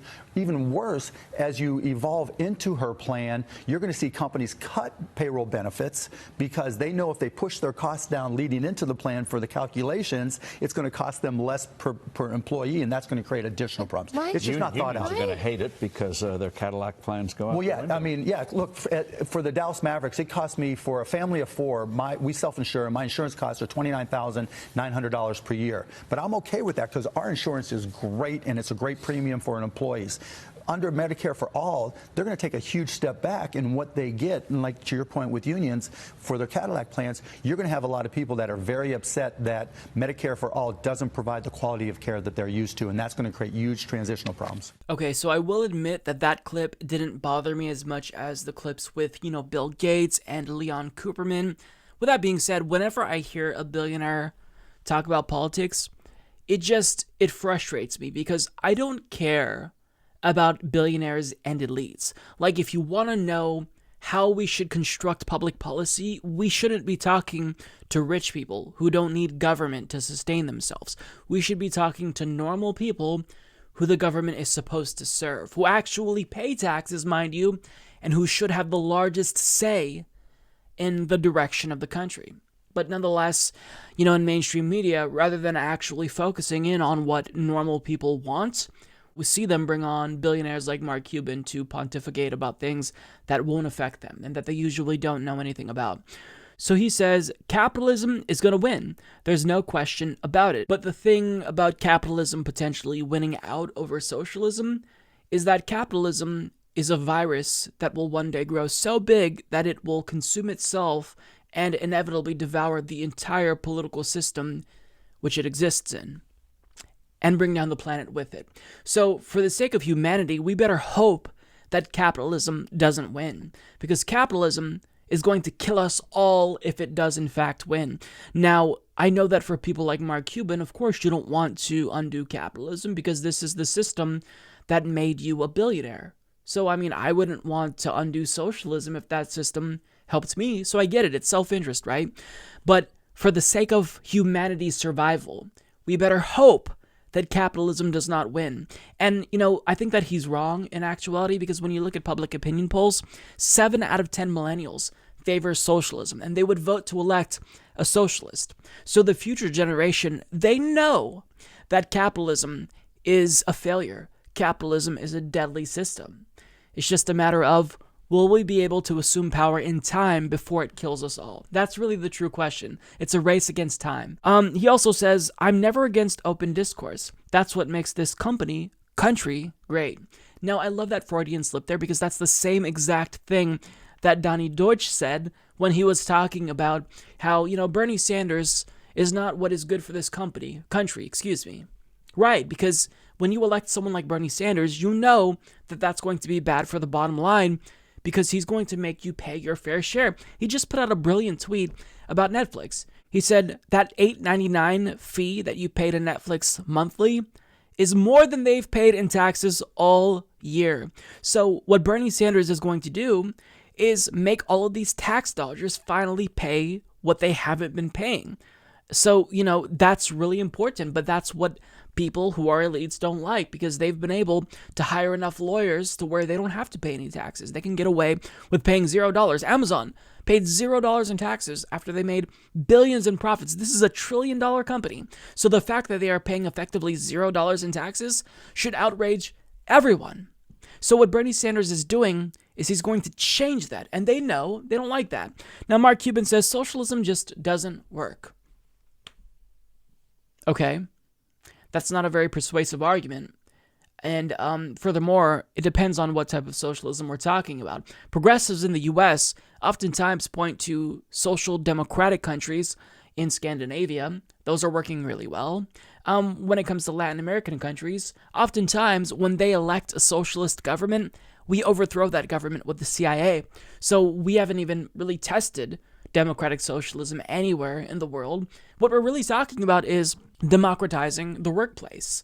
We're talking about democratizing society. We're talking about hyper-democratization. So it's not necessarily so much about big government so much as it is about empowering people, right? So, socialism, to say that it doesn't work, that doesn't really mean anything. It has no value in saying it. So he then moved on to Medicare for All to demonstrate why socialism won't work. And he proclaims healthcare to be a right, but then proceeds to argue against Medicare for All and why we can't have healthcare be a right in actuality. Now, when they refer to her Medicare for All bill, meaning Elizabeth Warren, meaning Bernie Sanders' Medicare for All bill, since he's the only candidate who actually supports Medicare for All, the reason why he's against it is because he thinks it's not politically feasible. Now, he argues that the head tax isn't the best way to fund it. No disagreement from me there. However, to say that it's not politically feasible, that doesn't mean anything. There's a lot of things that we previously thought were not politically feasible, right? The New Deal was not politically feasible. The Voting Rights Act, passing Social Security, these are all things that we thought were not politically feasible. Marriage equality, women securing the right to vote, freeing the slaves even. Our entire history is pretty radical, right? As Americans, we've been always pushing the envelope, and we haven't really gotten any big structural reform or constitutional amendments in this generation. So now I think we're on the cusp of that. People are finally waking up and realizing that we need that change. So to say that it's not politically feasible, that doesn't really mean anything, and it's an ahistorical take, because you're not taking into account the times that Americans have done things that were once thought to be politically infeasible. He also talks about how Medicare for All, according to him, will take a huge step back in terms of benefits, and he adds, quote, "You're going to have a lot of people that are very upset that Medicare for All doesn't provide the quality of care that they're used to," meaning union members, "and that's going to create huge transitional problems." So this is an outright lie. Medicare for All, for I think most Americans, will offer the best care that they have ever had. To get the level and quality of care that Medicare for All will offer, like if you were to opt for a private plan that covers that much, you'd be paying like more than $1,000 per month for one person, I'd imagine, because it covers everything: dental, vision, hearing aids for seniors. It is comprehensive, universal, and it's free at the point of service. So the union members who enjoy the private insurance that they have currently, first of all, I can assure you that it's going to be better than almost every single plan that unions are offering that's based in, the private market. And second of all, if it's expanded to everyone, isn't that better? I mean, I just don't understand how people can say healthcare is a right, but then say, I don't support Medicare for All. I still think that it should be a commodity, like shoes and video games. Like, that's contradictory. You cannot say healthcare is a human right, but then go on to say, I think we should deny this human right to people unless they can afford it because it's not politically feasible. Fuck off. Like, Democrats say this too. They have co-opted the language that we use to talk about Medicare for All. Healthcare is a right. Even Tom Perez says it, the DNC chair. If you ask him what he thinks about Medicare for All, doesn't support it. All Democrats say healthcare is a right. Do they actually believe it's a right? No. Because something that is a right cannot be taken away from you. And the fact that they say it's a right but believe that you have to have money to, benefit from that right, it shows that they're full of shit, right? They're about paying lip service to the single-payer movement, which isn't going away anytime soon, mind you. So, they don't have a choice. Either they acquiesce, or we're going to take them out, and we're going to defeat them, and we will get people in power who actually will push for Medicare for All. Now, later on during that interview, the portion of a clip that I didn't show you, he talked about the wealth tax and how he's not necessarily against the wealth tax per se. It just kind of matters how it's implemented. Now, he was incredibly condescending, and it was such a short portion that I didn't think it was worth playing the clip. But basically, to summarize what he was saying, and I'll link to the full thing down below if you want to watch it, was that, people who support the wealth tax, overall, it seems like they're a little bit naive because they don't actually have billions of dollars, in cash on hand. And, the wealth tax, a plan like Elizabeth Warren's, doesn't actually take into account liquidity, given that, the amount that he'd owe Mark Cuban himself, based on his wealth, actually exceeds the amount of cash he has on hand. So in order to, fulfill what's required under Elizabeth Warren's wealth tax, he'd have to sell off portions of his worth in order to pay that wealth tax. And so the way that he talks about proponents of the wealth tax is that they're just naive and they don't really understand the wealth tax, right? They don't realize that people like him are going to have to literally sell off their wealth in order to comply with the wealth tax. But that's the whole point. The point is you have to sell off your wealth in order to pay the wealth tax, until you lose so much wealth that the wealth tax no longer applies to you. That's the whole point. Because in a capitalist system, wealth equals power. We can't have people having $1 billion in net worth because that destabilizes the system. So the fact that it doesn't take into account liquidity does not matter. Sell off your assets to pay for the wealth tax, and eventually you will have your wealth reduced to the point where you won't have to worry about the wealth tax. That's the point. Billionaires shouldn't exist. Period. End of story. And to that, he also said that people like Elizabeth Warren and Bernie Sanders are becoming incredibly Trumpian by saying statements like that. Look, I am so sick and tired of hearing from billionaires. They all need to understand that at a time when there is wealth and income inequality, they need to read the room and shut the fuck up. Because they're, talking down in a condescending way to peasants on national television every single day. It's not helping their cause. It's only making people want to eat the rich even more. They're getting more hungry. So, I'll leave that there. I'm not sure what else to say about this. Mark Cuban, like every other billionaire, is incredibly out of touch. And yes, we need to take the wealth that he stole from America. Because that much wealth, I don't know how much he's worth. He's over $1 billion, but no one person should have it. Sorry. If you want to live in a society, you can't have that much wealth while people are starving. That's not the way that things should operate. And just because they are that way now doesn't mean that they should be that way. So kindly shut the fuck up about politics and the wealth tax. Go away, Mark Cuban. I think that the American people are cynical about American politics, and rightfully so, because we've been betrayed time and again, right? There's always politicians that run on populism. They, are idealistic, but then they get elected and they don't do anything. They become complicit and get co-opted by the establishment, and they sell out, and then we never get the change that they promised. There's dozens of examples. Barack Obama, of course, is the most obvious example in the last couple of decades, but, we see this when it comes to Senate candidates. Tammy Duckworth ran as a progressive, sold out within the first year, and now she's one of the worst centrist Democrats.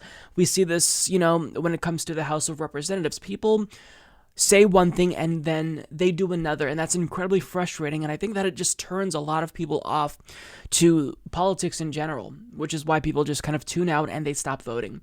But what AOC said in an interview with Chris Hayes, it shed light on why this happens. It's because DC is a pressure cooker, and as soon as you get elected, there are tons of different voices and special interests who are exerting a lot of pressure on you to conform. They're trying to get you to sign on to their pro-corporate legislation. And there's really, a lack of time when you're a member of Congress. And on top of that, there's a lack of information. So what a lot of politicians end up doing is they end up relying on lobbyists. They become dependent on lobbyists, not just in terms of their campaign contributions, but in terms of the services that they provide, in terms of, getting statistical data about policies and whatnot. So this is what happens when you get elected, right? This is why so many people sell out.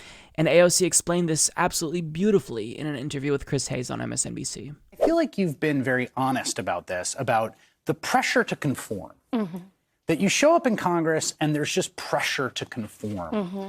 What does that pressure feel like? How does it manifest itself? What do you mean by that? Well, that pressure is like a vice, and there are so many different mechanisms in Congress that create that pressure. One, for example, is the fact that any bill and legislation that is being voted on is not really debuted to members until about 48 hours before the vote.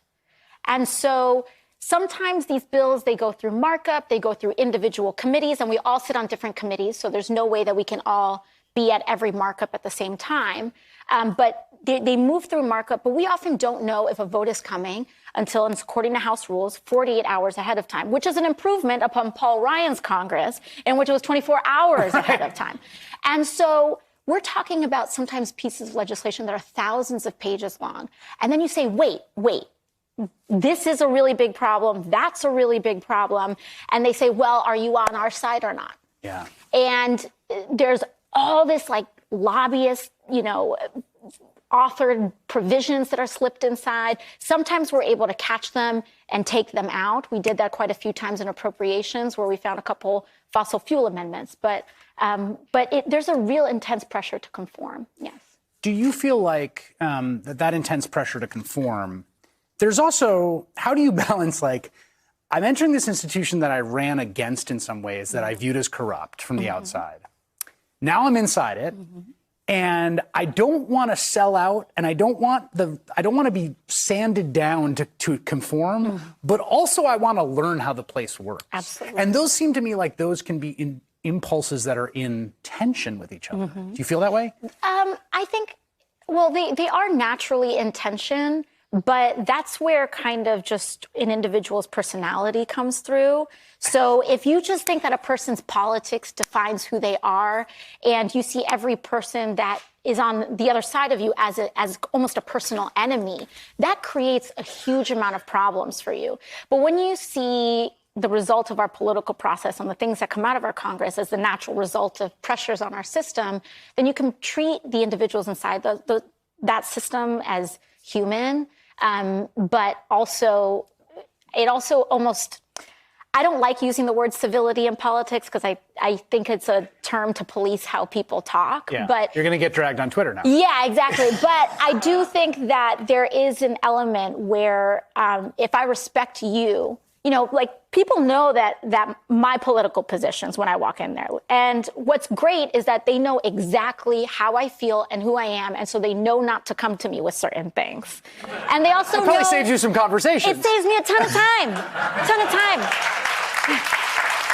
But they also are willing to reach out to me on unusual things, but they feel like would fit in the consistency of my values. So, I mean, that pretty much explains why so many people sell out when they get elected, because you are under immense pressure to conform, and it is quite literally easier to just acquiesce to the status quo and what lobbyists want because you're, overwhelmed when you're a member of Congress. And that's sad, right? Not only do you have to work on legislating and crafting public policy, but most people in DC spend hours every single day on the phone fundraising constantly. Now, people like AOC don't have to do that because they rely on small grassroots donations, but most people in Congress, they don't. So they have to dedicate so much time and, they spread themselves so thin that it's easier to just say, you know what, fuck it. I'll support this bill that these lobbyists want me to support because I don't have the time to dive in. So they're bad people, but it's also due to them being, lazy and also under a lot of pressure. So I think that she really does a good job at explaining from a human standpoint why people sell out. It's because that's the easy thing to do. Now, she says, the pressure is like a vice, and there are so many mechanisms in Congress that create that pressure. That's exactly it. The system isn't designed, to cater to the needs of you and I. We don't have lobbyists. There's no lobbyist from the pro-Medicare For All lobby. There's only lobbyists from, special interests. And if you do have organizations and unions that are lobbying members of Congress, they aren't going to be able to spend as much money lobbying as the special interests, which is why, you see these pro-fossil fuel amendments being slipped into appropriations bills that often get voted on and passed. And probably a lot of people in Congress don't even know what they just voted for. Because you're given a bill 24 to 48 hours before you have to vote on it, and it's 1,000 pages, and you have to try to decide whether or not to support it. And before you can even really decide for yourself if it's a good bill for the American people, you have lobbyists and special interests in your ear trying to convince you to go one way or the other. I mean, the system isn't designed for good public policy making. This is why a Princeton University study showed that policy outcomes usually reflect what elites want and not what normal Americans want. We have a statistically insignificant impact on policy outcomes. Elites actually do influence how policies are crafted and the outcome of policies, and that's a problem. Money in politics isn't just the only issue.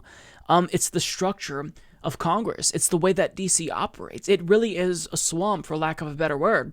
But people who claim they want to drain the swamp don't, because, again, there's a lot of work to be done.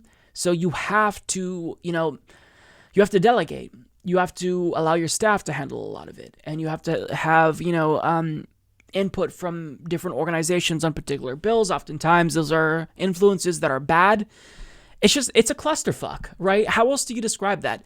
DC is a mess. And this is why I would never want to be a member of Congress, because even if you have the intent to do good by the American people, think about how difficult it is, the amount of pressure that you are under and the stress, not to mention the attacks that you get from, your opponents like Fox News. AOC is under constant attack by them as a communist or a socialist.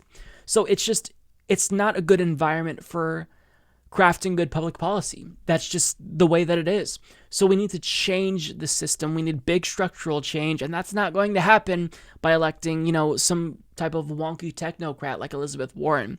We need to redesign the system from the ground up, and we do that with a movement who demands change. Because this much lobbyists, that's not going to be conducive to a democratic country that reflects what the people want. That's not going to be what happens. It's going to devolve into oligarchy. So, I'm really glad that AOC shed light on this, because I think this is really important. I wish that more members of Congress would speak out about this very issue there. So that way there would actually be a little bit of urgency and just talk of possibly reforming the way that DC operates. So we've been watching the impeachment proceedings play out now for multiple days, and I'll admit this is absolutely exhausting, albeit necessary, because I don't want to live in a two-tier justice system. I believe that there really is no justice in the United States, and we do effectively live in a two-tier justice system already, where the rich get away with committing crimes and poor people get locked up for doing those same types of crimes that rich people get away with. So I think that we need to hold everyone to the same standard. And, we can't give people a pass because it's politically expedient. So even if, I would much rather be watching, people debate Medicare For All on the Senate floor, this is necessary. This is something that we have to do. Although I do understand the concerns of lefties who feel as if this is going to be a distraction with regard to the media, and Democrats will just use this as an excuse to not focus on policy substance. I get it, right? Because Democrats, by and large, are incompetent. But part of the reason why I really support impeachment is because one of my main criticisms of Democrats is that they are too weak in the face of Republican opposition. And when they're finally, fighting for the first time in what seems to be forever, it makes no sense for us to say, actually, don't fight now. When you're finally fighting, actually don't. Forget everything I told you. It doesn't make sense, right? And also, all the concerns that we were worried about, or that some people were worried about with regard to this possibly being a distraction, I don't really think that that's played out. So AOC talked about this a little bit in an interview with Chris Hayes on MSNBC, and she did a brilliant job at really debunking all of these myths about impeachment, and she explained why this is absolutely crucial if we want to live in, a country where we respect the Constitution and the rule of law. We don't have a choice. We have to hold elites accountable, and also the fears that everyone had about this being a distraction, that really isn't bearing out in reality. So this is what she had to say. You're someone who, I think, you came to Congress with a very strong vision and agenda. You were clear about that when you ran your primary that you won. And I think there's an interesting sort of debate about this impeachment and about the president that has to do with, is this the best use of legislative time? You've seen some Republicans saying it's not. As someone who has an agenda that you want to pass, right, that you want to see happen, how do you view impeachment in that context? Well, I'm not very concerned about it because we're able to legislate while this is happening. Just yesterday, I introduced our first piece of Green New Deal legislation, which was around public housing and decarbonizing our entire public housing stock in the United States. And so it's not coming at the cost of legislating.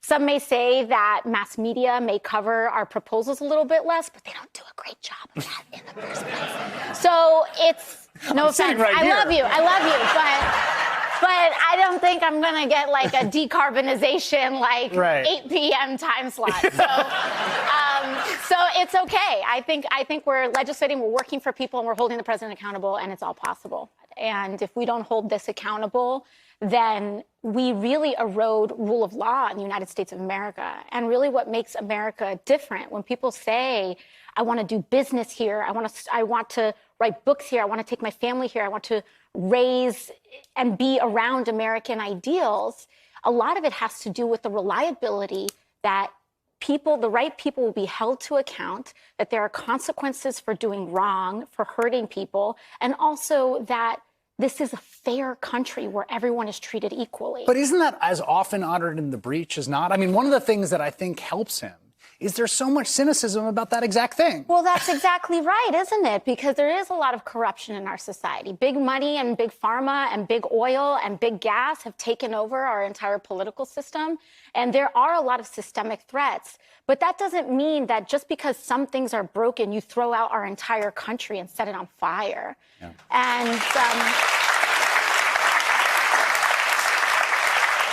at its core, the most sacred document in our society is the Constitution of the United States. Everything else is very easily amenable, but this is not. And once we erode the general respect for the Constitution, then we essentially erode respect for the United States of America, and that's what this president has done. So, I mean, everything she said there is incredibly important. They're still getting things done. Just yesterday, she said, I introduced our first piece of Green New Deal legislation, which was around public housing and decarbonizing our entire public housing stock in the United States. Yeah, we can walk and chew gum at the same time. I never really understood this argument, and I didn't find it persuasive, that impeachment would take up so much time that it would be a distraction. First of all, Donald Trump is president and Republicans still control the Senate. So it's not like we're going to pass very many policies anyway. Not really going to happen. So to say that this is going to distract from talking about policy, not really, because the same thing is going to happen that has always been the case. I mean, progressives will continue to be policy driven and corporate Democrats will sit on their asses and do nothing. That's not going to change because of impeachment. So she makes a really great point about that. She also says, some say mass media will cover our proposals a little bit less, but they don't do a great job with that in the first place. Exactly. The media is never going to all of a sudden focus on policy unless there is any type of sensationalist value that they're able to, extract from it, right? So they're not going to talk about Medicare For All debates on the House floor unless there's drama, there's an exchange that gets a little bit too heated between people, in Congress debating it. They focus on sensationalism because sensationalism is what yields ratings, and ratings is what yields profits because that attracts advertisers. So it's not going to be like, oh, well, all of a sudden they're going to start doing a bad job. They're already doing a bad job, right? So to say they're just going to be hyper-focused on, impeachment in the same way that they were focused on Russiagate. Look, the media is going to focus on what they believe will get them ratings. And 9 times out of 10, that's not what they should be talking about. The substance always gets forgotten about and swept under the rug in favor of, horse race politics and political drama. That's the way that mainstream media operates. So that's not going to change because of impeachment, and I don't find that argument persuasive as well. Now, finally, what I think is the most persuasive argument that she makes in defense of impeachment and in defense of the impeachment proceedings that we've been seeing is, this is about the principle. Why don't people understand that? If we don't hold this accountable, then we really erode rule of law in the United States of America. Just because things are broken doesn't mean you throw out our entire country and set it on fire. Right. Just because we let elites in the past get away with committing crimes, just because Donald Trump may get away with committing other crimes, doesn't mean that we shouldn't at least try to hold him accountable for this. Now, I do absolutely sympathize with people who believe that we should broaden the scope of the impeachment inquiry. It should be focused on the emoluments clause, the hush money payments, and the general corruption. Like, of course, we should focus on all of that. So I don't agree with the way that Nancy Pelosi is proceeding with this. However, that doesn't necessarily mean that I don't think that the Ukraine call in and of itself is an impeachable offense, because of course, this is an abuse of power. You can't do this.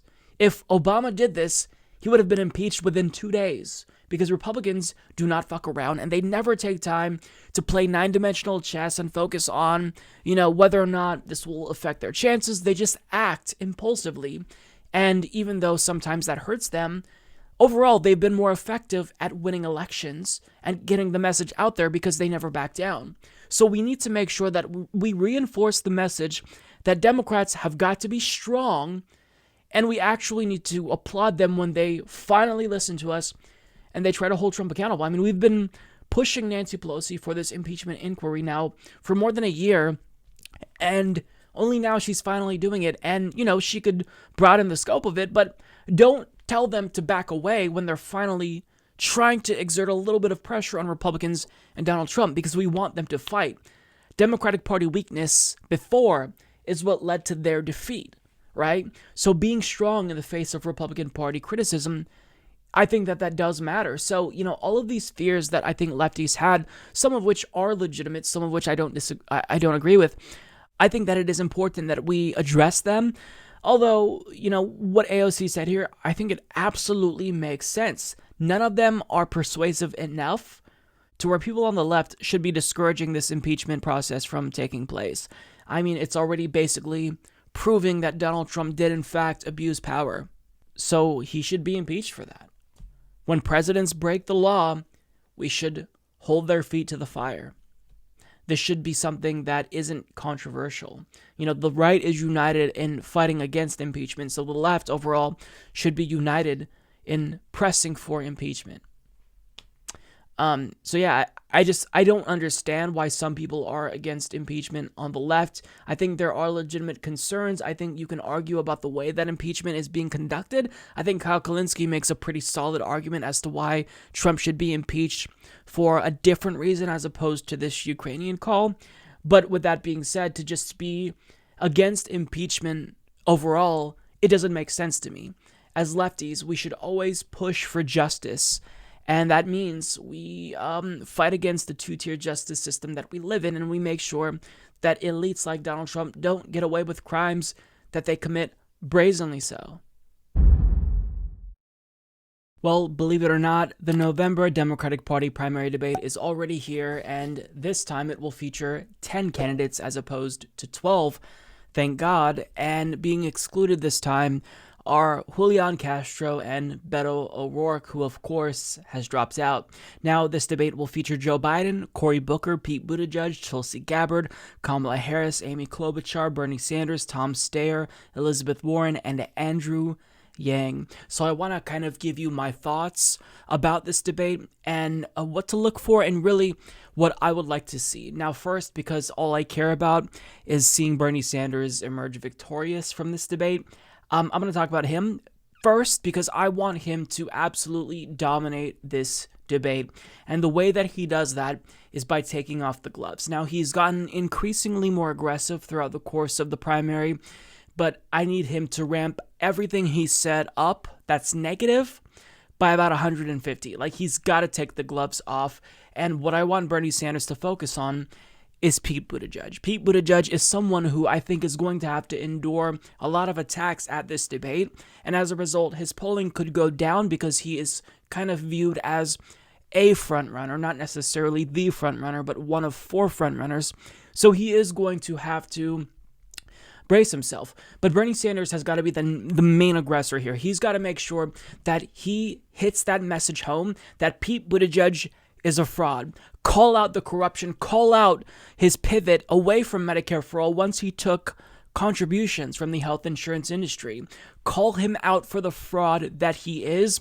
Joe Biden, I think that Bernie Sanders has got to get, a few good shots in at Joe Biden, but you don't necessarily have to focus all of your attention on Joe Biden because I think it's safe to say that he lost his lead in the early primary states, and even though nationally he's still at number 1, if he can't win those early primary states, I think it's safe to say that he's not going to do very well. Now, he's still polling very well in South Carolina, so you can't just take the focus away from Joe Biden.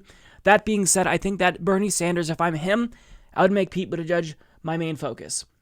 So Bernie Sanders can win simply by being aggressive.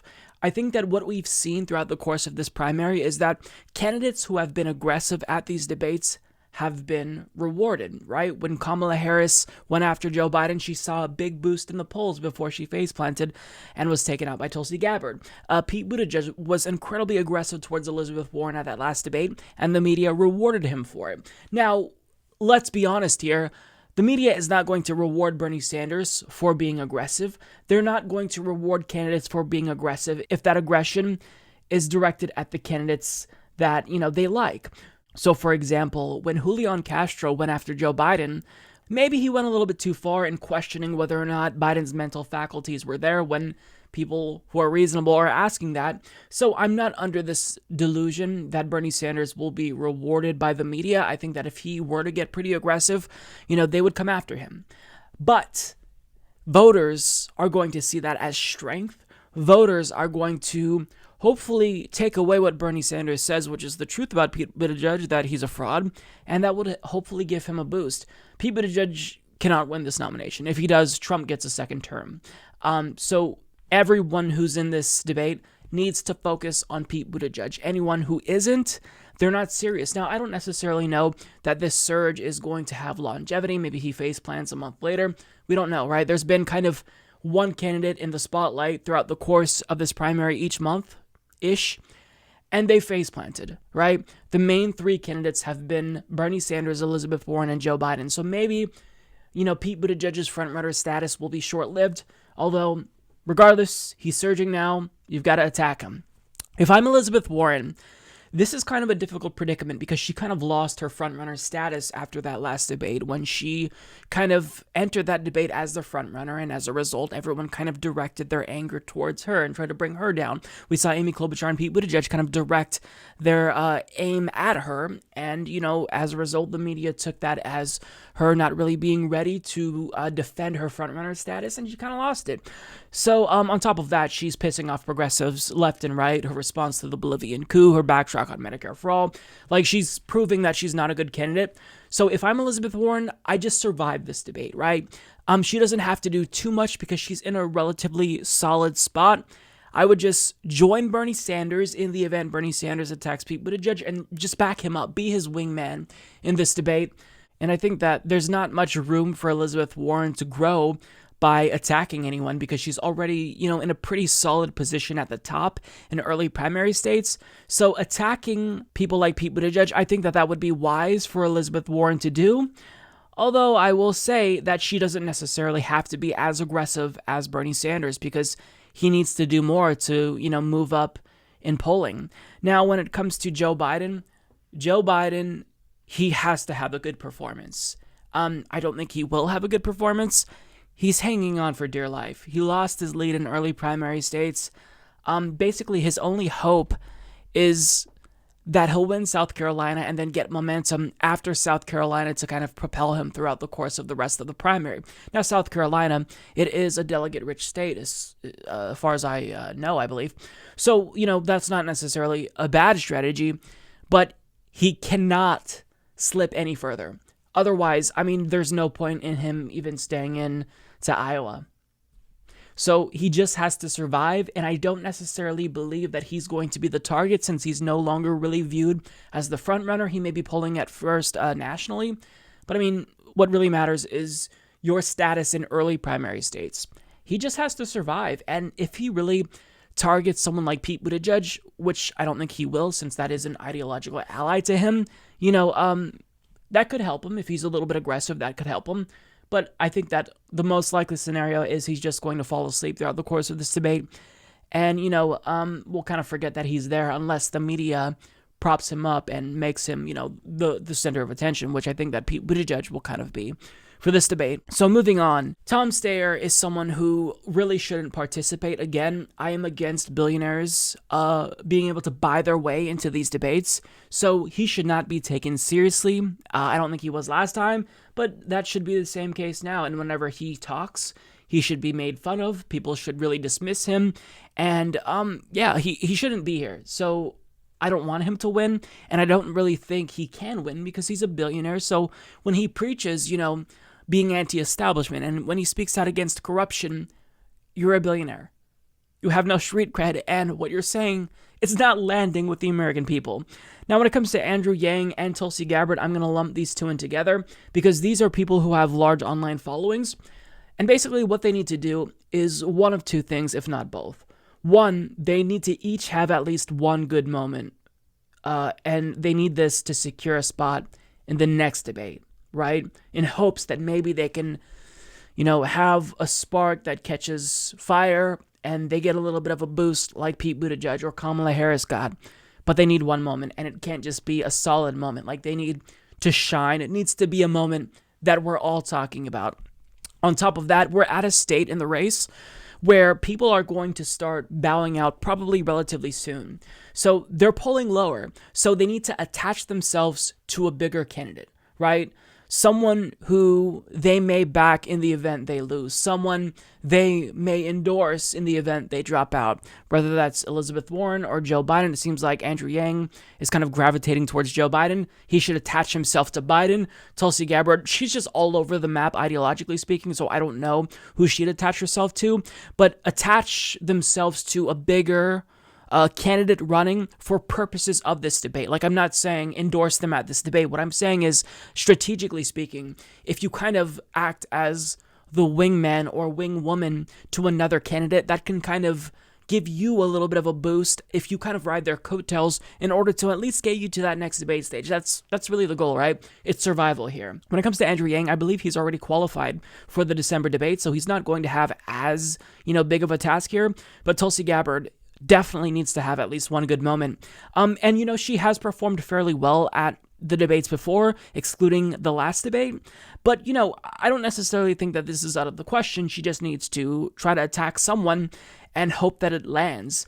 When it comes to Cory Booker, I think that he needs to probably do the same thing. Now, I say that about the anti-establishment candidates, but really my advice for the other, 1 to 5 percenters like Cory Booker and Kamala Harris is largely the same. They need to also start aligning with the bigger candidate, whether that is Elizabeth Warren, whether that is, Bernie Sanders, which I doubt, or Joe Biden.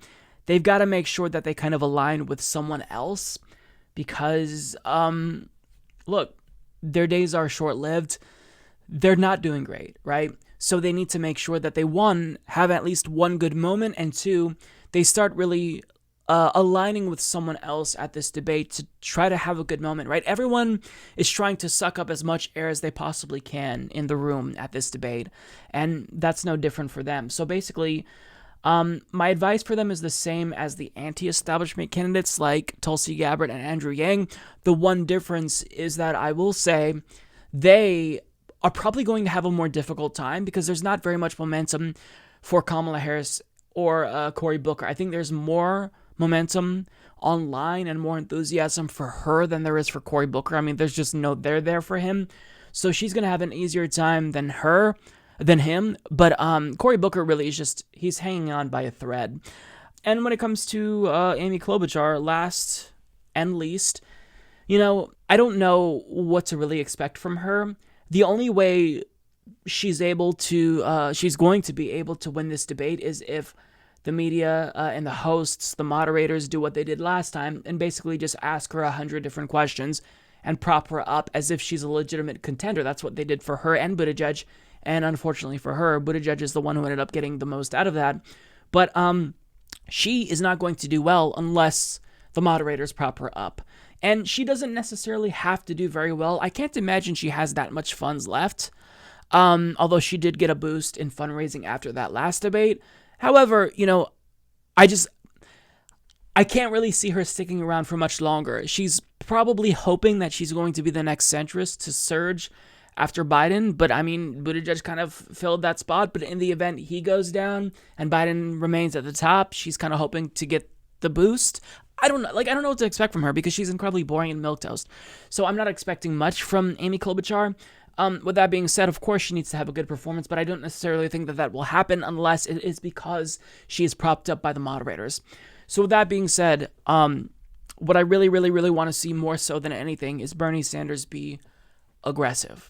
Now, I'll take anything. I'll take what I can get. He needs a performance that is so good that you really can't deny that he won that debate. And I think that his debate performances up until this point have been absolutely stellar.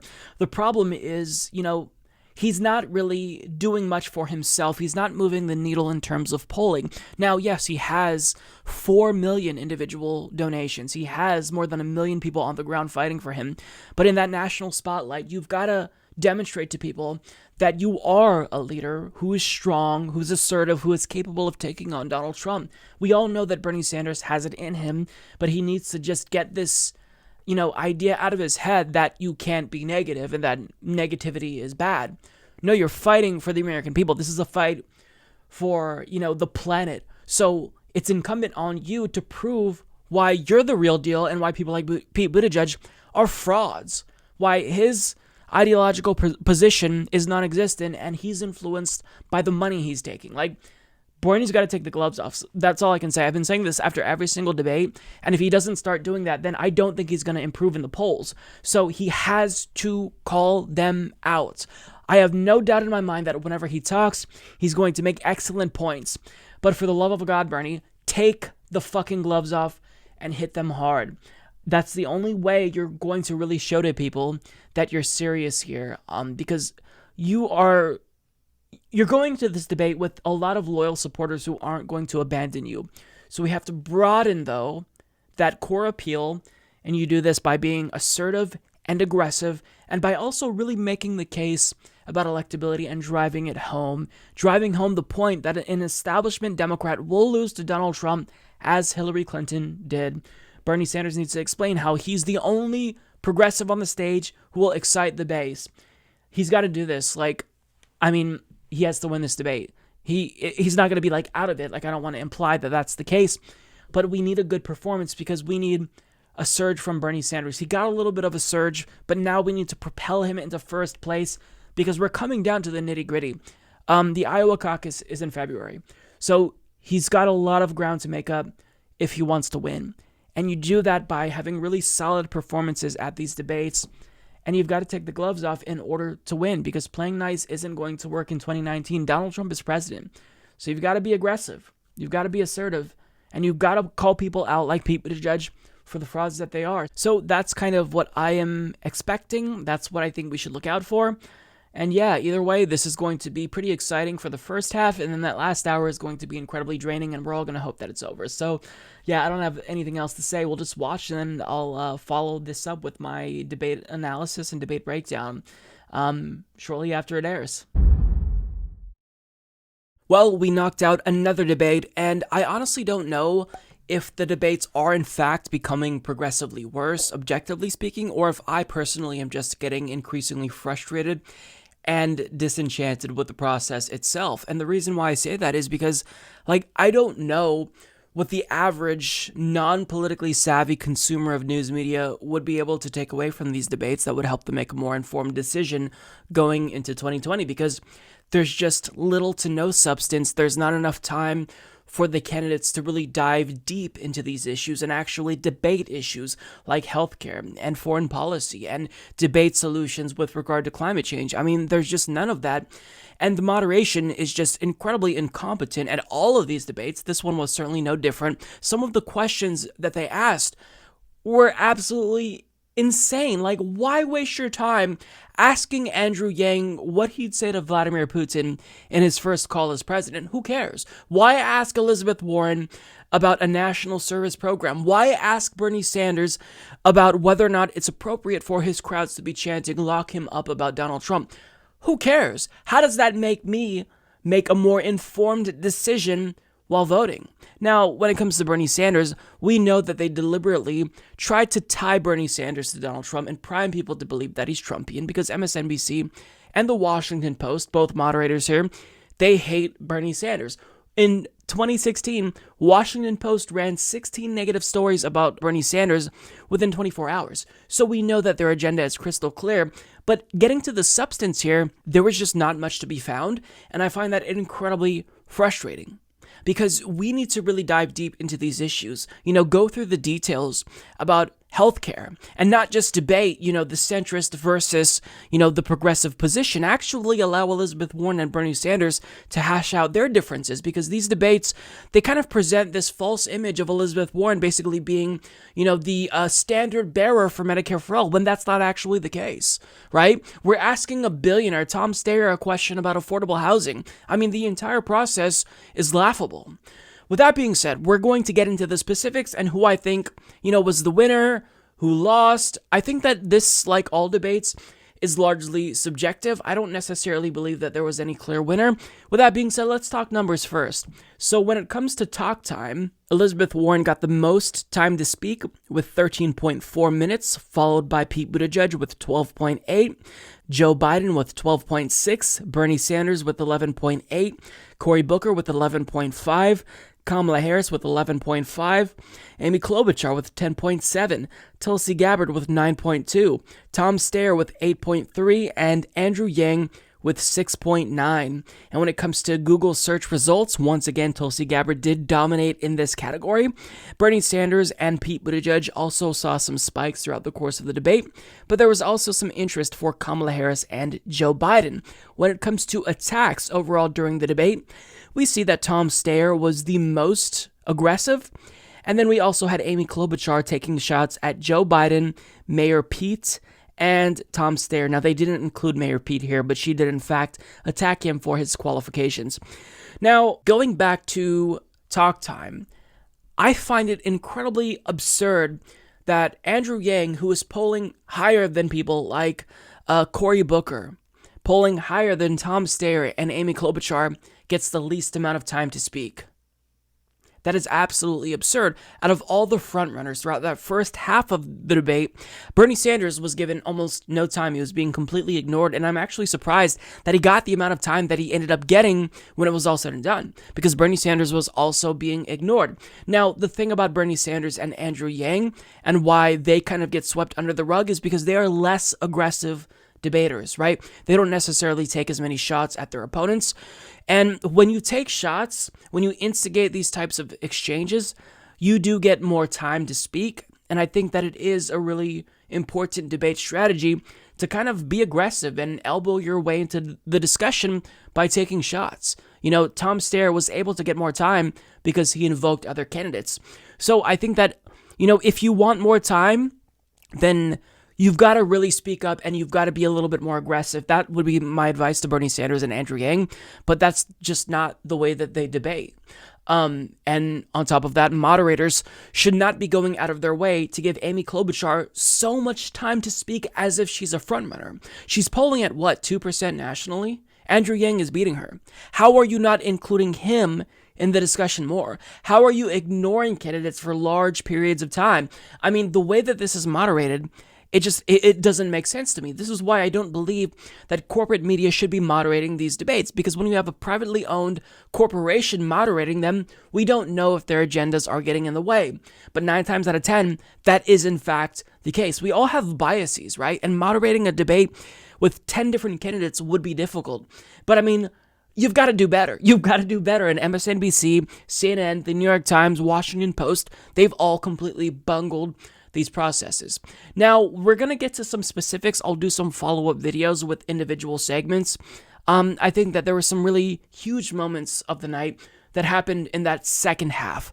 So I think that probably the most memorable moment was when Cory Booker attacked Joe Biden for his stance on marijuana legalization. That was probably the biggest moment of the night. The second biggest moment was when Tulsi Gabbard was basically the only person to take on Pete Buttigieg. When you have someone who's surging, who is largely viewed as the frontrunner in Iowa, I mean, you have to go after him. And Tulsi Gabbard, to her credit, was the only person who went after Pete Buttigieg. Kamala Harris got the opportunity handed to her on a silver platter to attack Pete Buttigieg, and she didn't do that. Now, there was another moment in the debate where Bernie Sanders talked really beautifully about foreign policy, and he talked about respecting the rights of Palestinians and how they deserve dignity. And I thought that that was also just amazing. Another highlight of the debate, not necessarily highlight for me, but was when Joe Biden called out Tom Steyer. That was kind of a surprising moment. Now, he did it in the most boring way possible because it's Joe Biden, and you can tell that he was struggling to collect his thoughts, and whenever he spoke, it looked like he was literally in pain, but nonetheless, it was a pretty big moment. Another moment was when Kamala Harris called out Tulsi Gabbard. So there's a lot, and we'll get to that, but what I want to get to first is my winners and losers, and as I usually do, I'll talk through their performances one by one. Now, usually what I do is I will break these down in 4 different categories. Whoever is the winner, whoever did good but didn't necessarily win, the meh category, didn't necessarily do bad but just kind of maintained, and then the losers. Now, I think that it's probably easier to divide this debate up into 2 categories, winners and losers, because I think there were a lot of people who you could argue were winners, but I believe this is largely subjective. I think there were people who had pretty solid performances, Bernie Sanders, Cory Booker, Andrew Yang, Tulsi Gabbard, Elizabeth Warren, but I don't know that there's one clear winner. There's a winner to me, it's Bernie Sanders, because, he's my favorite, so I have that bias, but putting that aside, I still don't know objectively who would be, the best in terms of performance. In terms of losers, I do think that there are clear losers. So I'll go ahead and follow, the usual routine where I talk through those 4 different categories. So starting with losers, I placed 3 people in this category: Joe Biden, Tom Steyer, and Amy Klobuchar. Now, the reason why Joe Biden is in this category is because he lost his status as frontrunner. So he needed a big night, and I think that he knew he needed a big night. But as usual, he's an easy target, and he was embarrassed. Cory Booker dunked on him, and then Kamala Harris laughed at him when he forgot that she was a black senator. So you can't have a moment like that, and he seemed genuinely embarrassed, and come away unscathed, right? It's going to hurt him. And you can just tell he shouldn't be in this race. Like, that very first statement that he got, I don't remember if it was about impeachment or whatnot.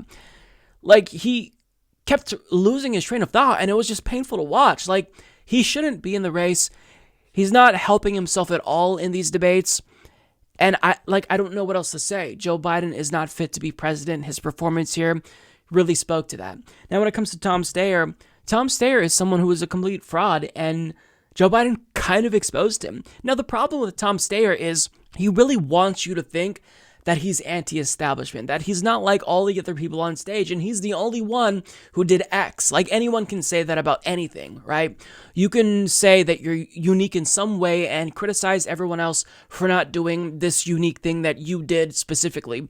But he's a fraud. He's a billionaire who bought his way onto the stage, and that really is the elephant in the room whenever he opens his mouth. So you're not serious about any of these causes. Like, if you're a billionaire, do you honestly believe that the best way that you can affect change using your wealth is to run for president? Fund some type of organization that combats climate change. What are you doing on the stage, Tom? Drop the fuck out. Like, you should not be there. See, I couldn't buy my way onto that stage if I wanted to. Mike Gravel couldn't even get on the stage when he got 65,000 individual donations. So the fact that you're on that stage because you have money to basically swarm the media markets, it's unacceptable. You said nothing of value. You weren't substantive. You took shots at people, and they didn't really land. What are you doing? So Tom Steyer, an obvious loser, I think. Now, another one is Amy Klobuchar. No matter how much the moderators love her and try to prop her up, there's just no there. She doesn't have charisma. She doesn't speak about things in a way that is inspirational. I think that Hillary Clinton was probably, a more inspirational candidate than Amy Klobuchar. Amy Klobuchar is so dry. She has nothing. She's milquetoast. She's the definition of milquetoast, I think. And on top of that, she gets away with lying, and the moderators do nothing. So she talked about how Medicare For All, and she just, kind of threw this in willy-nilly, Medicare For All would lead to people losing insurance, taking away insurance. No, that's a lie. People who support Medicare For All are not taking away insurance. They are expanding it to 100% of the people. Like, that's something that the moderators need to call her out on, right? You're supposed to fact check them in real time. And if someone is saying something that is obviously untrue, to let them get away with that is unacceptable. And to keep calling her out when she is polling at 2%? It's completely unacceptable. Completely unacceptable. So nothing she says lands, and I can't see how she has much money to sustain her campaign to Iowa even. I know that it's like 2.5 months away, but there's just no excitement there. People don't like Amy Klobuchar, right? If they're centrist, they're already backing Joe Biden or Pete Buttigieg. It's not happening for Amy Klobuchar, and it just is frustrating that the moderators are trying to prop her up when nobody likes her. Okay, getting to the meh category, I placed two people here. Kamala Harris and Pete Buttigieg. Now, I think that all of these categories here are entirely subjective, and I say this every time, but it really is super subjective. I put Kamala Harris here because she really needed a big moment, and she squandered that, right? Whatever opportunity she had to stand out, she bungled it. She had the opportunity to take on Pete Buttigieg, and, the stock photo of a Kenyan woman, and how the media, they haven't talked about this huge scandal. She could have called him out on that, and she didn't. She wanted to broaden the picture and just talk generally. Well, if you're aggressive, sometimes you'll be rewarded for that with a bump in the polls. She took on Joe Biden directly, and she was rewarded for that. So to back away doesn't make sense. Now, on top of that, she also demonstrated weakness when she called out Tulsi Gabbard, and she called her out for, going on Fox News and attacking Obama.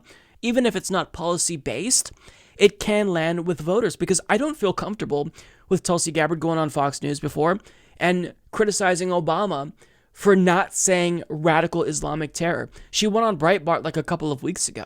Like, they're basically an outlet that caters to white supremacists. So you can call her out on that, and I think it would have landed.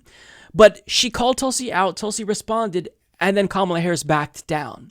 That doesn't demonstrate strength, and you could have demonstrated that, you've got your mojo back, and you're ready to fight, and you're ready to go head to head with Donald Trump, who will be brutal, who will be ruthless, and you back down.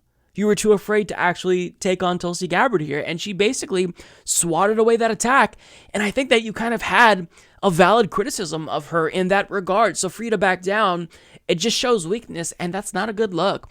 So I'm not going to say that this was her worst performance. I think that in that last debate, when she was trying to press Elizabeth Warren to have Twitter ban Trump or some nonsense, that was her worst debate. That was embarrassing. She didn't embarrass herself here, but I don't think she had the performance that she needed to propel her at a time when we're getting down to the nitty-gritty. Iowa is a couple months away. She just didn't turn out.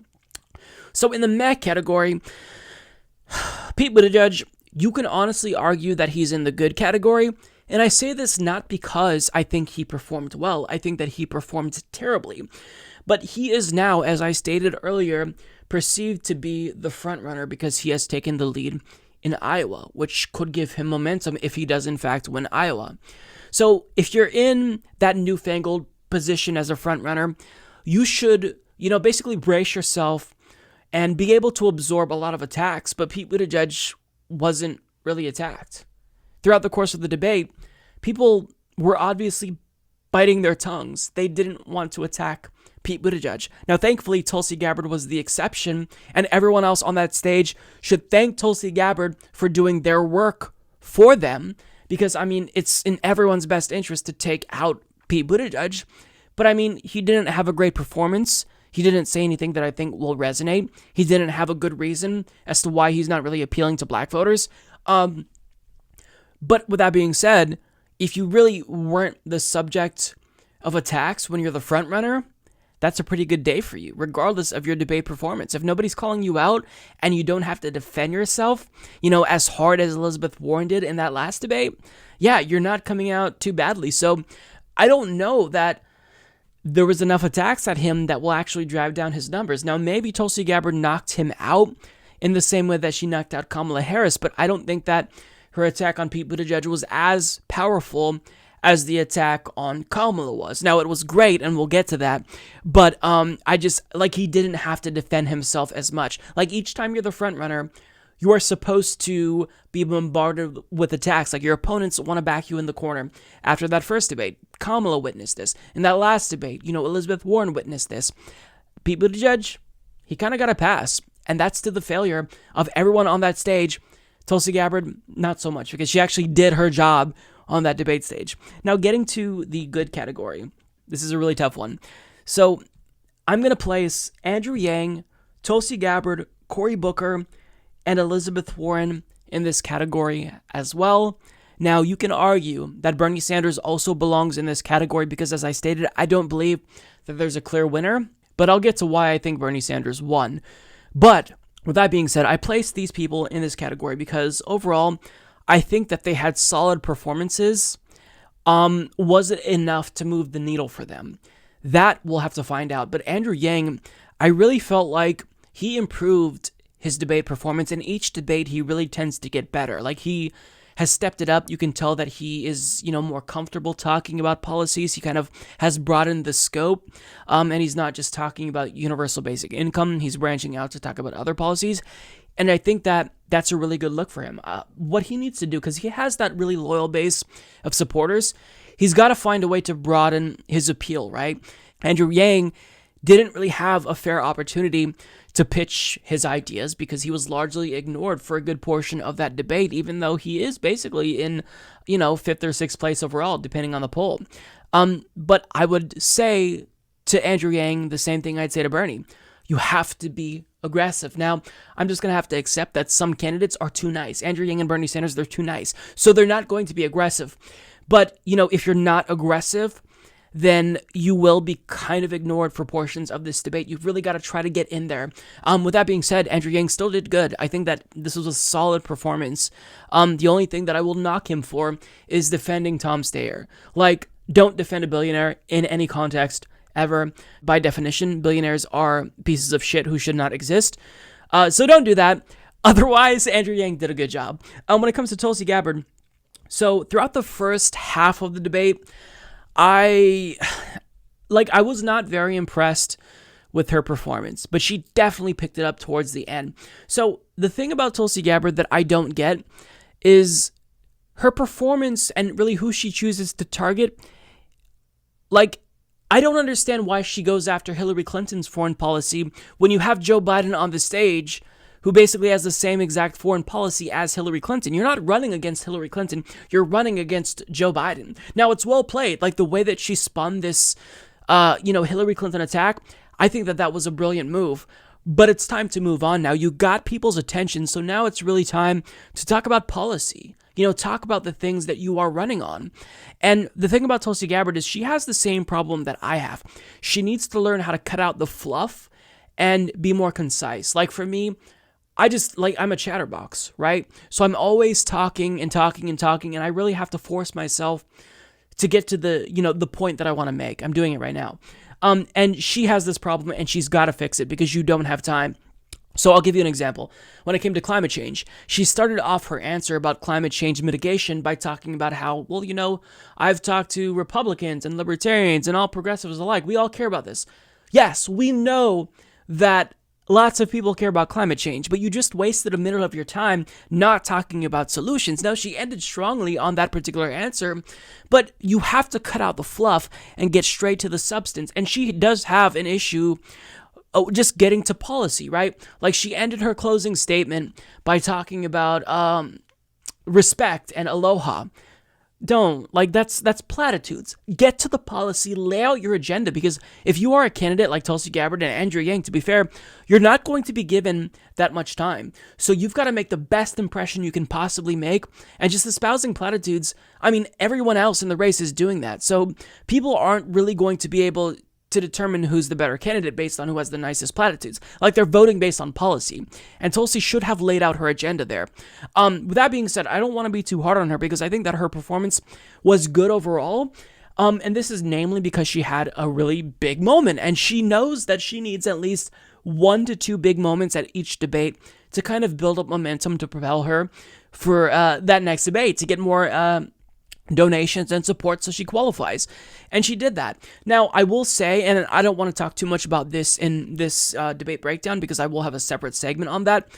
what I would have done if I were Tulsi Gabbard when it comes to that Pete Buttigieg attack is rather than just focus on him, floating the idea of sending troops from the United States to Mexico to combat gang and drug violence, which is absurd, by the way, but rather than just focusing on that, she should have done to Pete what she did to Kamala and lay out multiple things. It's called gish galloping. It's a debate strategy where you just kind of throw a bunch of things. You overwhelm your opponent and they can't possibly respond to everything. So since she only called him out primarily for one thing, he was able to respond and swat that away. Now, I think that she got the better of that exchange, and you can really see the fragility of Pete Buttigieg. Like, he doesn't do well under pressure, and he doesn't like to be criticized, right?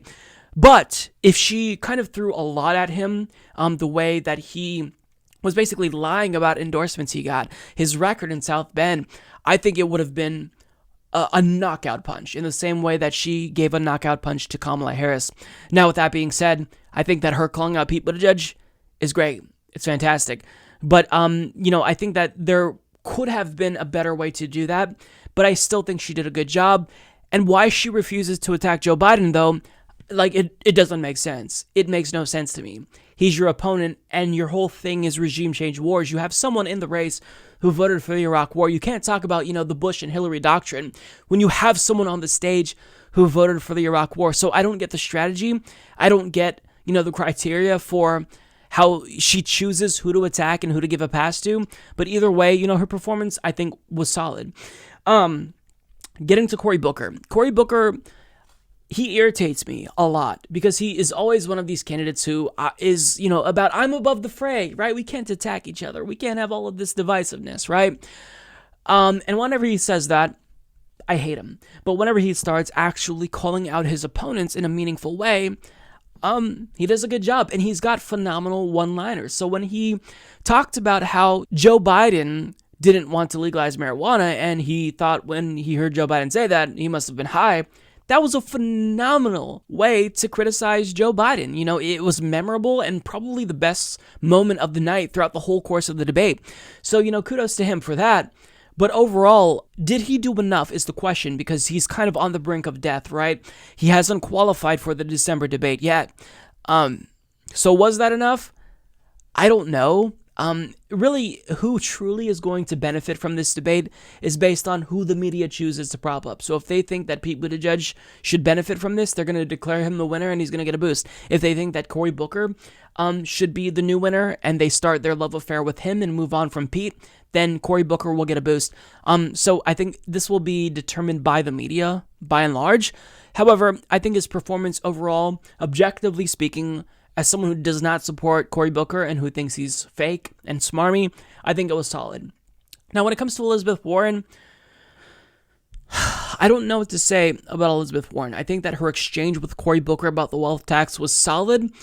But by and large, I feel as if she kind of faded into the background throughout the course of this debate, and she didn't say anything new that we didn't already know about her. I think she's a very good debater, and I'll be fair to her. She doesn't really need to do much because she is one of the frontrunners still, so you don't have to be super bombastic, you don't have to be aggressive and go on offense, but you do have to maintain, and I think she just kind of maintained, right? We didn't hear nothing new. There was no moment that was devastating for Elizabeth Warren. What does irritate me, though, is that she's kind of, and I alluded to this earlier, so I won't be, too redundant in rehashing this, but she needs to not be presented as the standard bearer for Medicare For All because we know that she's not serious about it. She's backing a public option. That's her number one priority, not Medicare For All. So that's irritating, but regardless, Elizabeth Warren, she maintained, and that's what she needed to do. Okay, so getting to my winner, surprise, surprise, it's Bernie Sanders. Now, I think that this is largely due to the fact that I just support Bernie Sanders, so that's my own bias. Like, it's difficult to escape your own subjectivity and, be objective here in this instance. But let me explain to you why I believe that Bernie Sanders is the winner. He didn't deliver what I wanted. Going into this in my pre-debate analysis, I wanted aggression from Bernie Sanders because that's how you get more talk time and that's how you have, the highlights that mainstream media will talk about. And we need them to stop ignoring Bernie and talk about him. However, even though I say every single time going into these debates, Bernie needs to be more aggressive, he still manages to win me over, because he talks about things in such a thorough and, nuanced way, and he's laying out an agenda that truly is transformative. And there were so many good moments in this debate where Bernie Sanders he caught me off guard. So when he talked about, rethinking the war on terror, that was a huge moment, because the failed war on terror has created more terrorists. That would be a game changer. When he talked about Palestinians deserving equal treatment and bringing Saudi Arabia and Iran together, you have to think about the global impact that this would have. He's bringing together a largely Sunni country and a largely Shia country. He, as a Jewish American, is saying, I believe that Palestinians deserve respect. You have to understand, the impact that this would have internationally would be monumental and potentially history-changing.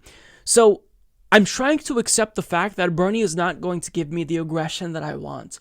And I don't like it. I don't agree with it. But that's just the way that he is. He doesn't have it in his nature. He's a nice person. And Andrew Yang supporters can probably, sympathize, because Andrew Yang is also very nice, and he doesn't want to attack people as well. But Bernie Sanders has an agenda that is so transformative, so revolutionary, that when I hear him talk about the policy, he's so clear.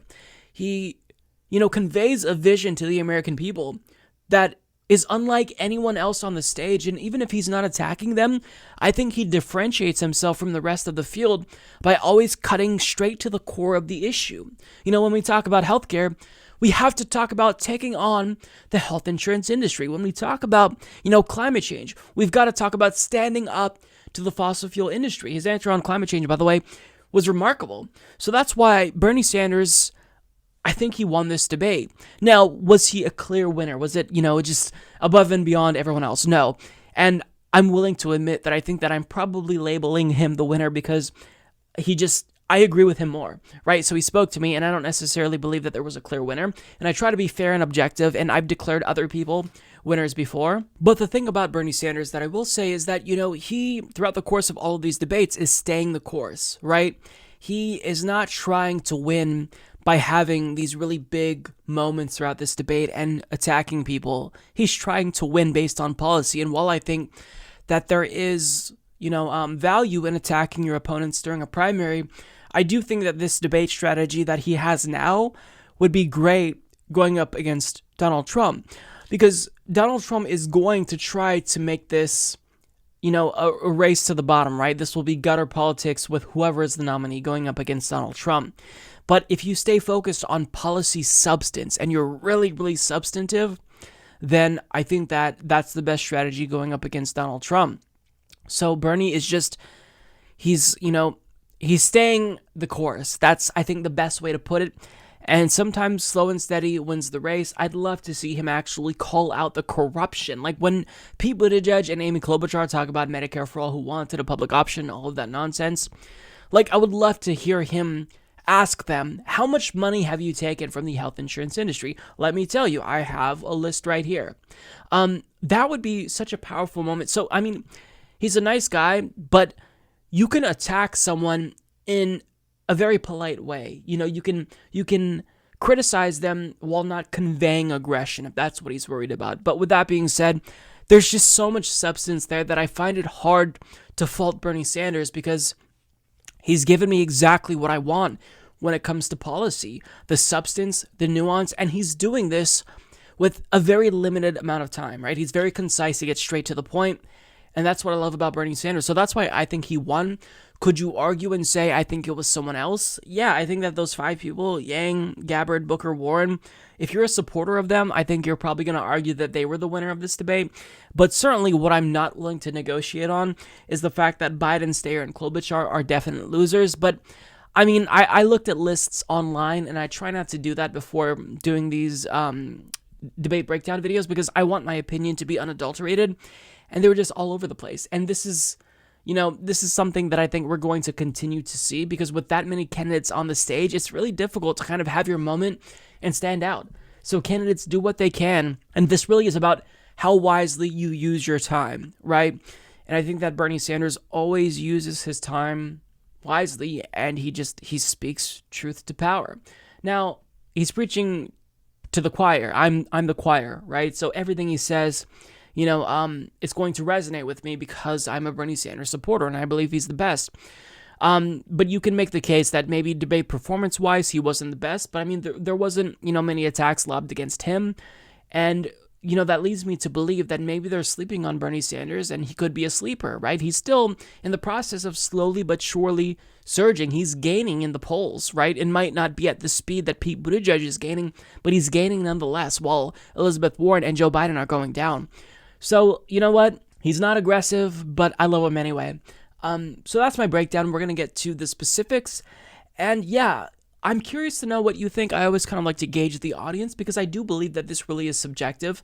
And oftentimes I'll see comments like, Mike, what are you thinking? This person definitely lost, or this person definitely won.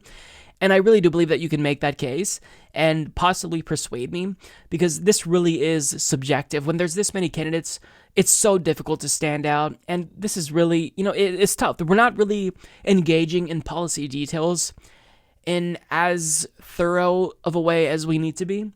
But, I think that candidates, for the most part, in that top 5 list, the Yang, Tulsi, Booker, Warren, Bernie, they made the best with the time, that they were given. But Bernie Sanders, I think, stood out the most. So yeah, I'll leave that there. So as usual, Bernie Sanders had a lot of phenomenal moments at the debate.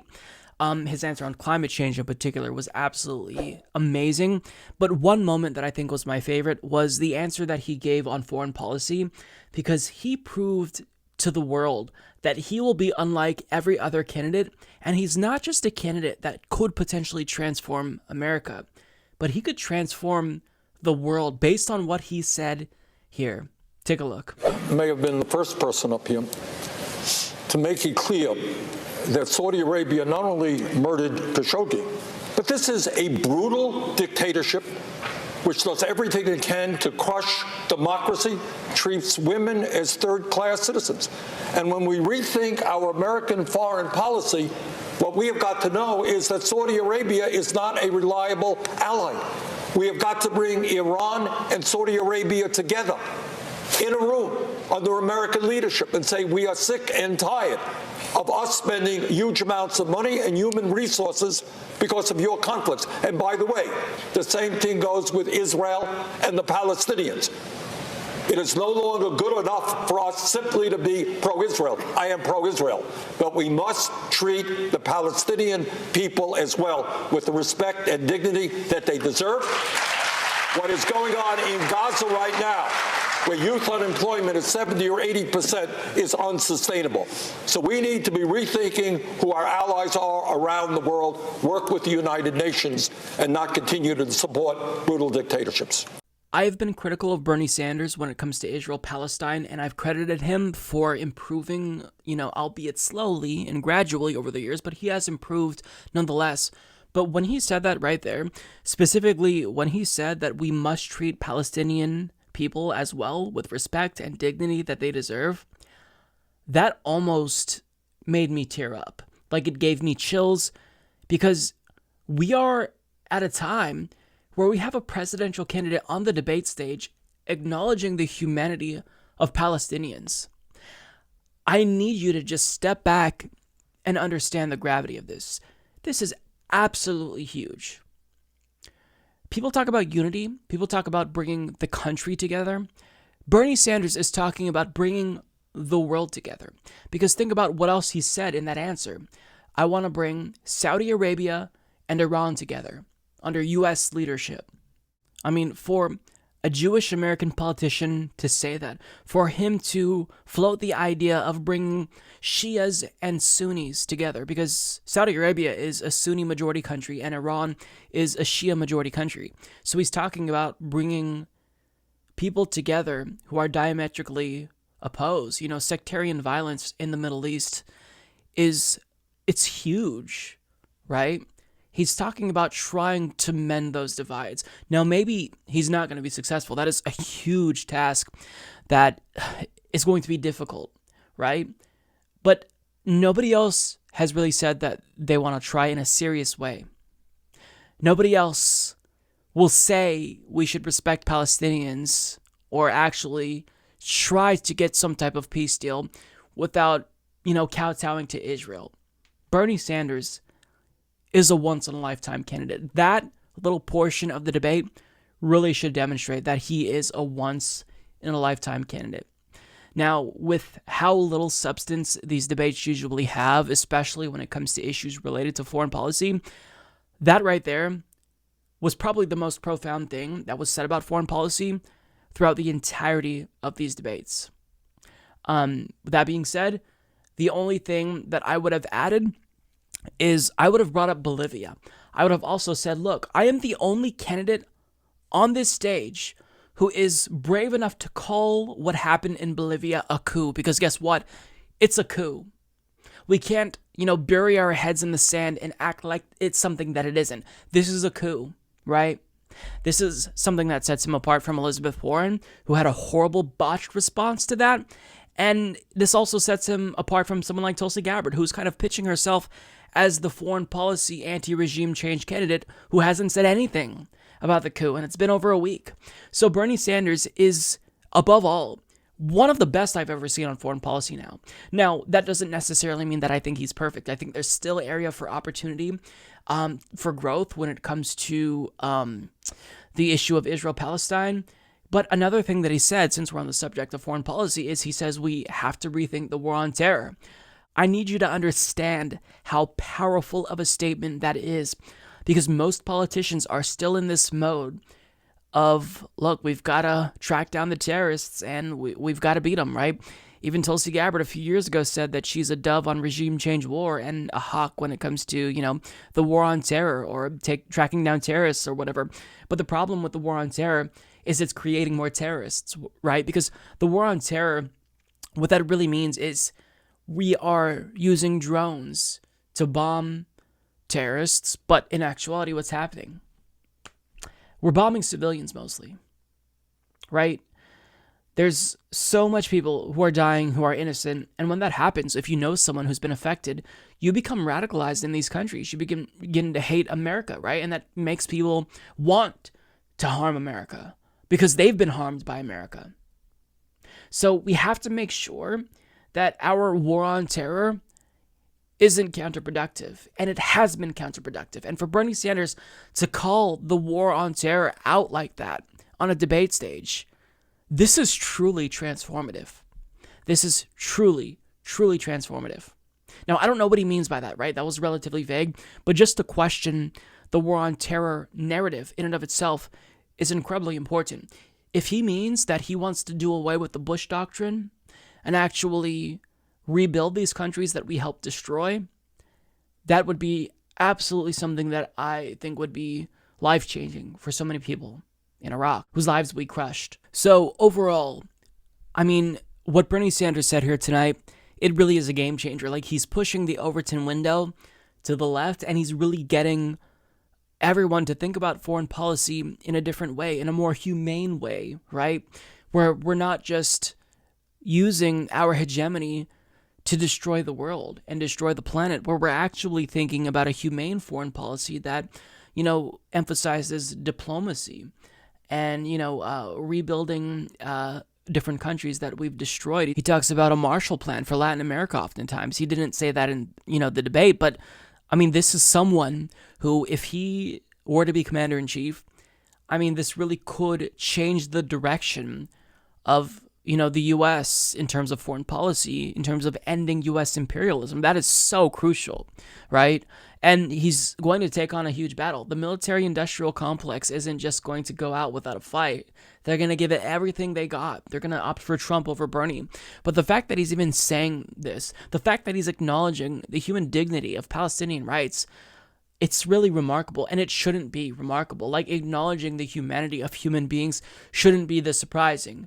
But that's where we're at in American politics. So when someone on a national stage says we need to treat Palestinians with respect and dignity that they deserve, that really is huge. It's a game changer. And nobody else is talking about foreign policy in the way that Bernie Sanders is, because he is rooted in, humanitarianism and humanism. And that's why he's the best candidate far and away. So yeah, that was great. I don't have anything else to say. He said everything that I wanted him to say, with the exception of, talk about Bolivia. But he said with regard to, Saudi Arabia, Iran, and Israel-Palestine, phenomenal. So it seems like at each debate, Tulsi Gabbard kind of sets her sights on one particular candidate. At first, it was Kamala Harris, and she basically gave Kamala's campaign a death blow.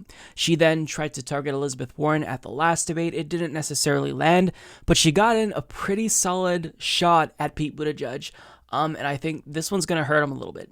Take a look. But I want to get back to Pete Buttigieg and his comment about experience. Pete, you'll agree that the service that we both have provided to our country as veterans by itself does not qualify us to serve as commander-in-chief. I think the most recent example of your inexperience in national security and foreign policy came from your recent careless statement about how you as president would be willing to send our troops to Mexico to fight the cartels. As commander-in-chief, leader of our armed forces, I bring extensive experience serving for 7 years in Congress, on the Foreign Affairs Committee, on the Armed Services Committee, on the Homeland Security Committee, meeting with leaders of countries around the world, working with military commanders of different commands, dealing with high-level national security briefings, understanding what's necessary, the preparation that I've gotten to walk in on day one to serve as Commander-in-Chief. Congresswoman, thank you. Mr. Mayor, I'll allow you to respond. I know that it's par for the course in Washington to take remarks out of context, but that is outlandish even by the standards of today's politics. Are you saying that you didn't say that? I was talking about U.S.-Mexico cooperation. We've been doing security cooperation with Mexico for years, with law enforcement cooperation and a military relationship that could continue to be developed with training relationships, for example. Do you seriously think anybody on this stage is proposing invading Mexico? That's not what I said. I'm talking about building up alliances. And if your question is about experience, let's also talk about judgment. One of the foreign leaders you mentioned meeting was Bashar al-Assad. I have, in my experience, such as it is, whether you think it counts or not, since it wasn't accumulated in Washington, enough judgment that I would not have sat down with a murderous dictator like that. Congresswoman Gabbard, let me allow you to respond. Thank you. You were asked directly whether you would send our troops to Mexico to fight cartels, and your answer was yes. The fact checkers can check this out. No. But your point about judgment is absolutely correct. Our commander-in-chief does need to have good judgment. And what you've just pointed out is that you would lack the courage to meet with both adversaries and friends to ensure the peace and national security of our nation. I take the example of those leaders who have come before us, leaders like JFK, who met with Khrushchev, like Roosevelt, who met with Stalin, like Donald Trump, Reagan, who met and worked with Gorbachev. These issues of national security are incredibly important. I will meet with and do what is necessary to make sure that no more of our brothers and sisters in uniform are needlessly sent into harm's way fighting regime change wars that undermine our national security. I'll bring real leadership and experience to the White House. So that was certainly one of the highlights of the debate. It's one of the instances of, kind of a back and forth that really stood out to me. And I really will give Tulsi Gabbard credit. I've been critical of her in the past, but she deserves credit because if you are attending this debate, it behooves you to attack the person who is now largely viewed as the new frontrunner, at least in Iowa, right? Because if you're a frontrunner, you have to prove that you are worthy of that position and you have to defend your frontrunner status.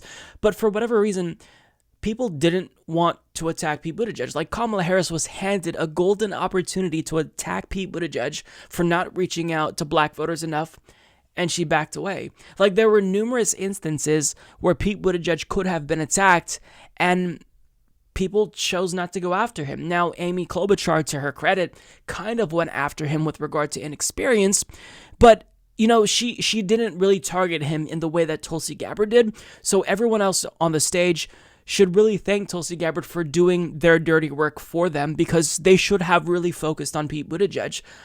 So it was important to call him out, because this is someone who absolutely is a fraud who needs to be called out. So I give her credit for that.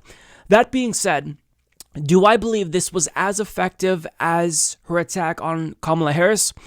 No, I think that this is definitely going to hurt him a little bit. I don't know that it will have the same impact that her criticism of Kamala Harris had. Now, I'll tell you why that's the case.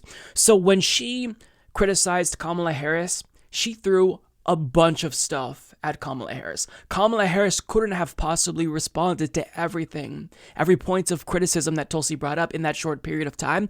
So Kamala Harris was kind of just left flailing. She kind of tried to laugh off Tulsi's attacks. And so you really want to overwhelm your opponent. And this is a strategy that people often denounce. It's called gish galloping, where you just kind of throw a bunch of stuff at someone, overwhelm them, make it so they can't, respond, and you wound them that way, right?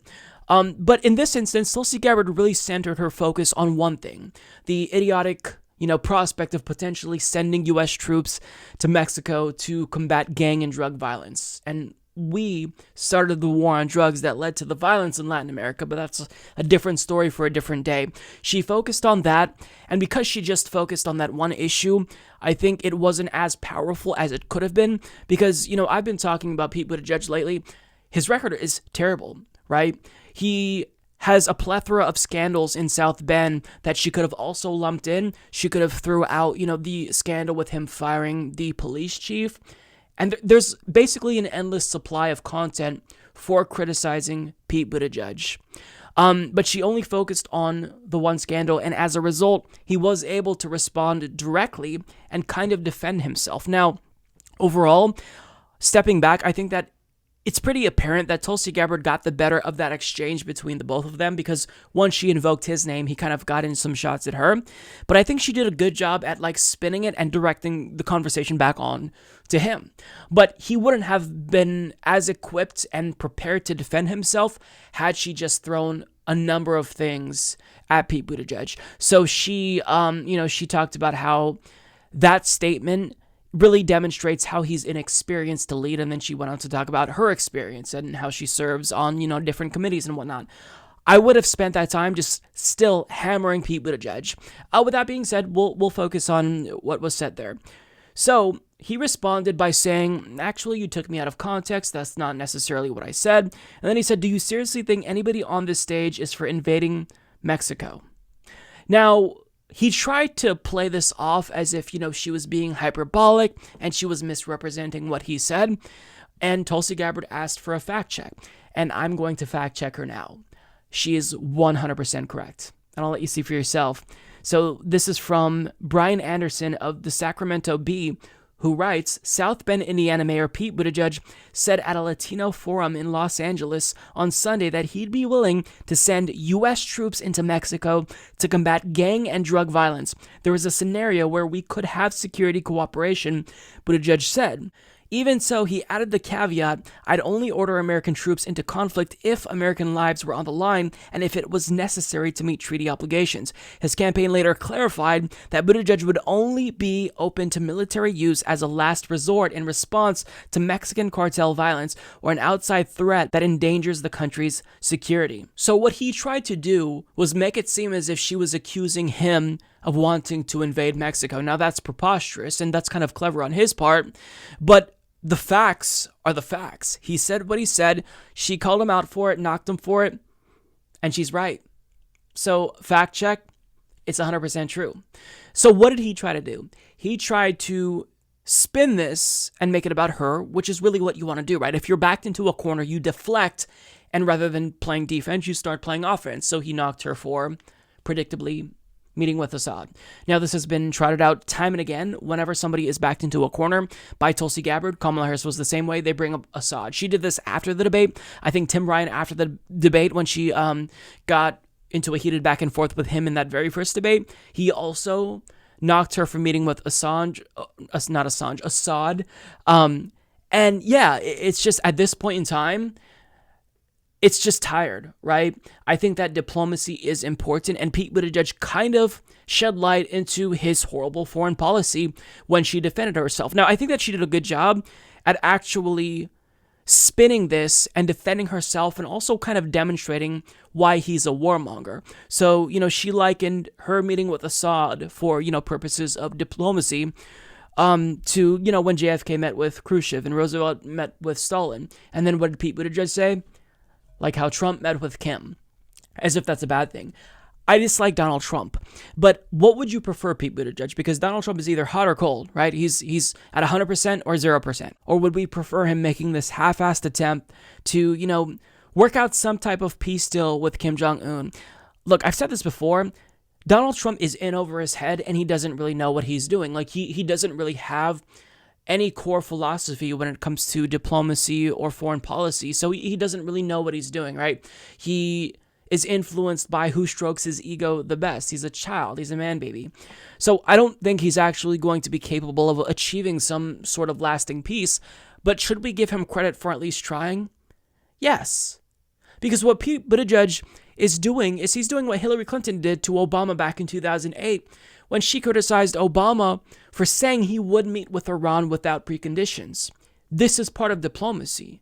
And Tulsi Gabbard is right to say that it's okay to meet with our adversaries. Now, Tulsi Gabbard is not perfect here, because while I do believe that her meeting with Assad for purposes of peace mattered, I don't like that she will give our allies a pass. For example, she has a relationship with Modi that makes me feel very uncomfortable because he is a fascist, and he is currently escalating tensions with Pakistan by just taking over Kashmir, and this could lead to nuclear war, right? These are both nuclear-armed countries. So it goes both ways. Like, you can't just agree to meet with our adversaries and then continue meeting with our allies and give them a pass. Like, I also want you to use your position as commander-in-chief to put pressure on our allies. So pressure, the leader of the Philippines, for example, Robert Duterte, to stop doing all of these extrajudicial killings of his own people. Call out Myanmar for their genocide of the Rohingya. Like, use your position of power to actually fight for peace and not give our allies a pass. So, I have my criticisms of Tulsi Gabbard there. With that being said, on the substance of this exchange, she was 100% correct. So overall, I think that she definitely got the better of this exchange. Mainstream media is probably not going to see that this way because they love Pete Buttigieg, and they don't like Tulsi Gabbard. So we'll see how this plays out. We'll see how this affects Pete Buttigieg in the polls. If I had to predict, this probably won't have the impact that it had, when Tulsi hit Kamala Harris. But if this just knocks him down a few pegs, in and of itself, that's great. And I am wholly grateful to Tulsi for doing what nobody else really seemed to want to do on the debate stage. You've got to go after the front runner. And Tulsi Gabbard did that. Now, do I wish she'd also direct her, ire at Biden? Yes, because he also is a regime change candidate, right? He voted for the Iraq War, like the same thing that she criticizes Hillary Clinton for. She doesn't criticize Joe Biden for. So I don't necessarily know the criteria that she uses to evaluate who she's going to attack.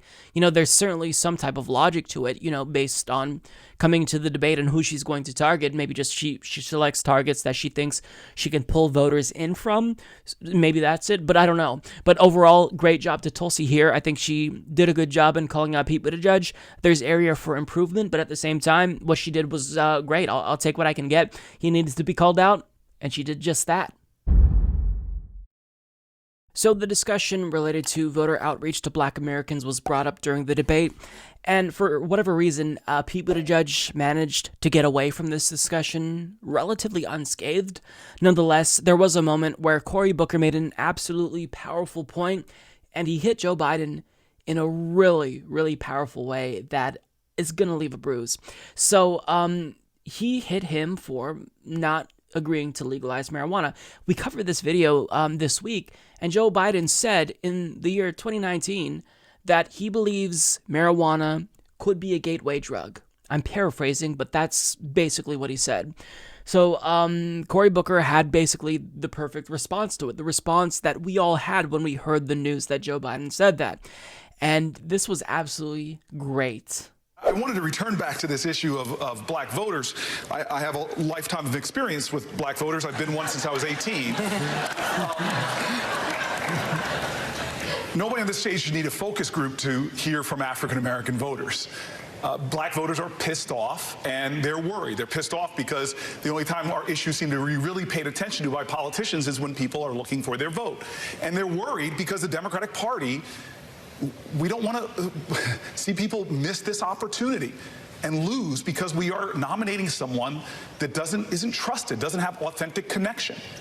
And so that's what's on the ballot, and issues do matter. I have a lot of respect for the vice president. He has sworn me into my office as a hero. This week I hear him literally say that I don't think we should legalize marijuana. I thought you might have been high when you said it. and let me tell you, because marijuana in our country is already legal for privileged people. And the war on drugs has been a war on black and brown people. And so let me just say this. With more African Americans under criminal supervision in America than all the slaves since 1850, do not roll up into communities and not talk directly to issues that are going to relate to the liberation of children, because there are people in Congress right now that admit to smoking marijuana, while there are our kids are in jail right now for those drug crimes. And so these are the kind of issues that mean a lot to our community, and if we don't have somebody authentically, we lost the last election. Let me just give you this data example. We lost in Wisconsin because of a massive diminution, a lot of reasons, but there was a massive diminution in the African-American vote.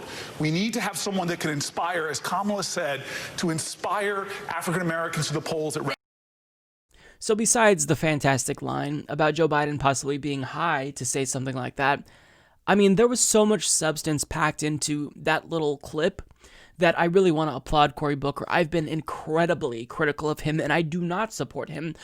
He's not in my top 10 out of all the candidates running, probably. Well, maybe, it depends. But, you know, I'm a Bernie supporter, right? Diehard Bernie person. But, I mean, you've got to give credit where credit is due. He made some solid points about the Democratic Party that needed to be heard on a national stage. He made the point that Black voters are pissed off, rightfully so, because their issues are only paid attention to when people are looking for their vote. So once every 4 years, you know, there's all this discussion about Black voters and what we can do to improve their lives, and then once the election is over, they get ignored and abandoned. And this is the most loyal constituency that the Democratic Party has, and they have used and abused Black Americans for years, not delivering on public policy that would help them, right? So he's bringing up a very valid point, and Democrats need to pay attention, and they need to listen and actually improve, right? Because you can only use a constituency in this brazen of a way for so long until they abandon you. And in 2016, we started to see that this constituency, Black Americans who have been loyal, they're not too happy with the Democratic Party, and they're starting to just stay home. And it's not just them, right? Many voters are doing this, but this is a loyal constituency that the Democratic Party must be able to retain. So what Cory Booker is saying here is you have to deliver on policy. You can't keep sweeping their needs under a bus. You can't keep doing this. So reaching out to them, it shouldn't just be something that you do once every 4 years. Like, you've got to talk to them, engage them, and actually act. So, I mean, that was a really powerful point. On top of that, I want to read a quote. He said, "With more African Americans under criminal supervision in America than all the slaves since 1815, do not roll into communities and not talk directly to issues that are going to relate to the liberation of children, because there are people in Congress right now who admit to smoking marijuana while there are people in jail for those drug crimes." On top of that, he made the point that marijuana in this country is already basically legal for privileged people, and the war on drugs has been a war on Black and brown people. I mean, that comment deserves a standing ovation. Absolutely. And, you know, even though I have my criticisms of the Democratic Party and a lot of people running for president, the way that so many of them are talking openly about how horrible the war on drugs has been, particularly to Black and brown people. You know, Bernie brought it up, Tulsi brought it up, Cory Booker brought it up. Andrew Yang talks about it all the time. This is a really nice change, right? You have to talk about this. The war on drugs has been a complete failure, and you have to talk about it in these terms. This has devastated communities, right? People have lost their freedom because of a drug that people smoke all the time, that people in Congress admit to smoking jokingly, right? Bill Clinton admitted to smoking it. I believe George Bush admitted to smoking it. So we can't keep talking about this as if this is only about marijuana legalization. This is a criminal justice issue, and this is a racial justice issue. And I think that Cory Booker did a great job at really laying that out and educating Joe Biden there. Now, Joe Biden tried to respond, and he made matters worse. Throughout the debate, I mean, every time he spoke, it really looked like he was in pain, right? I mean, the look on his face, he struggled to collect his thoughts. He lost his train of thought multiple times and would reverse course in the middle of the sentences. He shouldn't be there, right? So he tried to respond, and he made matters worse. Now, this isn't a direct response to marijuana legalization, but he's going to defend this idea that he isn't, engaging with communities of color in America and talking to Black Americans. Watch what he says and watch how embarrassed he gets. I come out of the Black community in terms of my support. If you notice, I have more people supporting me in the Black community that announced for me because they know me. They know who I am. 3 former chairs of the Black Caucus, the only African-American woman that ever been elected to the United States Senate, a whole range of people. No, my point is, that's not true. The other one is here. I said the first. I said the first African-American elected. First African-American. So my point is, that was cringeworthy. That was genuinely cringeworthy. You have a Black female senator right beside you on the debate stage, and you forget that she's there. And her reaction, I thought, was great. She capitalized on that. Cory Booker capitalized on it. I mean, what do you say to Joe Biden? What do you say to Joe Biden? Like, when you see the candidates on the debate stage, what you should really be thinking about as a voter is who is going to be best equipped to take on Donald Trump, someone who will be energetic, someone who will be absolutely vicious and ruthless. Think to yourself, is Joe Biden that person? Is Joe Biden really best suited to take on Donald Trump? These debates, time and again, have demonstrated that Joe Biden absolutely is not going to be competent enough to take on Donald Trump. His debate performance is not going to suffice, right? They haven't sufficed. And imagine him going up against Donald Trump. Donald Trump is going to run circles around him, and it'll be all bullshit and nonsense. Donald Trump will espouse right-wing extremist talking points and lies, but what people look for in a president is strength, right? That is one of these factors that Americans seem to love. They really seem to be drawn to people who speak with confidence and certainty, right? When Kamala Harris went after Joe Biden, she demonstrated strength. When Cory Booker went after Joe Biden here, he demonstrated strength. When Joe Biden tried to be strong and went after Tom Steyer, which was great, I mean, he did it in a really mealy-mouthed way that was kind of boring. Like, it could have been more impactful. So Joe Biden is not the candidate, and these debates should be showing people that if you want to beat Trump, this electability argument has collapsed. Joe Biden is not electable, right? Polling says otherwise right now, so you can disagree with me when it comes to the polls, but let's just trust our guts in this instance, and let's just read the writing that's on the wall. Joe Biden is going to lose to Donald Trump. Time after time, candidates are demonstrating why he's not fitted here, and Cory Booker did a great job at showing people why he shouldn't be the nominee. Now, I think his chances have been diminished. I don't think he's going to win. With that being said, we'll see what happens, but either way, phenomenal job to Cory Booker here. Credit where it's due. I'm not a fan of him. I don't support him. I think he's a corporatist who takes money from Big Pharma and should be ashamed of himself for that. I think he's known for, grandstanding usually. However, in this instance, you can't deny that that was absolutely phenomenal. Great on the substance, great performance. Overall, stellar job.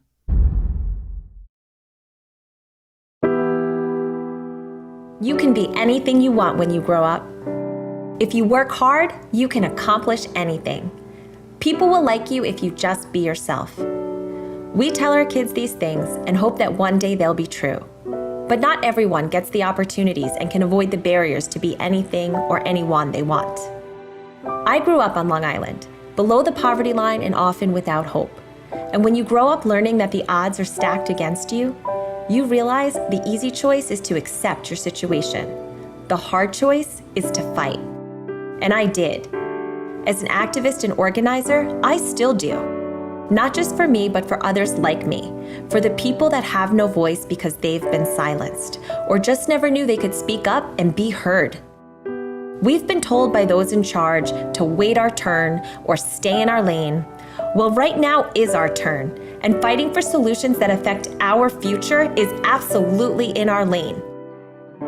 I believe everyone deserves a seat at the table, but the table itself is broken, rotted by corporate greed, the super rich, and generational politicians more concerned about their next election than our next school getting shot up. Right now, just having a seat at a broken table isn't enough. We need to build a brand new table, a table with space carved out for everyone's voice, where boldness, courage, and leadership are championed. A table with fewer politicians who are out of touch with everyday people, and more everyday people changing and shaping our futures, relentless in their pursuits and driven by the passion to make a difference. Our district deserves common sense solutions, fought with the urgency they deserve. Because when we all use our voices together, we can make a difference. Our district deserves better.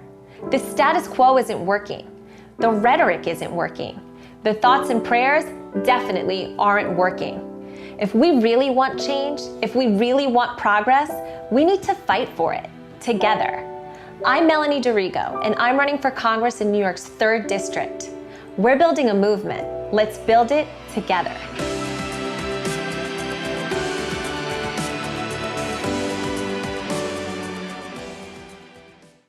Hello, everyone. I am here with Melanie Dirigo, running in New York's 3rd Congressional District, and she is here to talk about her progressive campaign. Melanie, thank you so much for coming on the program. Thank you so much for having me, Mike. I'm excited to talk to you. You're running a fantastic campaign, and your slogan is Elect Better Democrats. I absolutely love that. What does that mean? Well, I guess it depends on who you ask. To me, it means that we really have to look within our own party, because what we have discovered is that while we have certain representatives that bear the Democrat moniker, when we look at their votes and their actions, they're not really living up to what it means to be a true, or what I think it means to embody the democratic ideals, and in many cases are breaking with the party and siding with the Republican Party right now in their votes and actions. So we're calling on people to pay attention. It's really a call to action, right? To pay attention, understand who your representatives are. And if they're not representing you, well, vote them out and represent someone who does. Hence, elect better Democrats. I love that. And this really isn't about like a new type of Democrat, not to be confused with the new Democrats, which are centrist. But I mean, you know, there's often this talk of the Democrats are shifting so far to the left and they're just crazy. They're socialists. But really what this is about, if you talk to most Democrats, is just getting back to their roots, like the FDR roots of economic populism and making sure that we're not leaving anybody behind. So you're running against, his name is Thomas Suozzi. I'm probably butchering his name, but that's okay. We can butcher it. No one needs to know his name anyway, right? Yeah. So he was just elected in 2016. Now I'm curious, why do you think he needs to be challenged? Because if he was just elected and you're already primarying him, something is wrong there. He's clearly not it. So why do you think he's insufficient? Yeah, and just for a little bit of background, he served as mayor in a town within the district for many years, and then after that, he was our Nassau County, which is a county on Long Island, the Nassau County executive for close to 10 years, and then he lost that election twice. He lost, and then he tried to run again and lost again, and then a few years later, he ran for Congress. So he's been around. He's been a career politician. Where in my home in Long Island for over 25 years. And when he got to Congress, I think that there is a little bit of space, like at least me, not everyone is that way, but I give everyone the benefit of the doubt when they start out. You got to give them a little bit of space to get their footing. That's fine.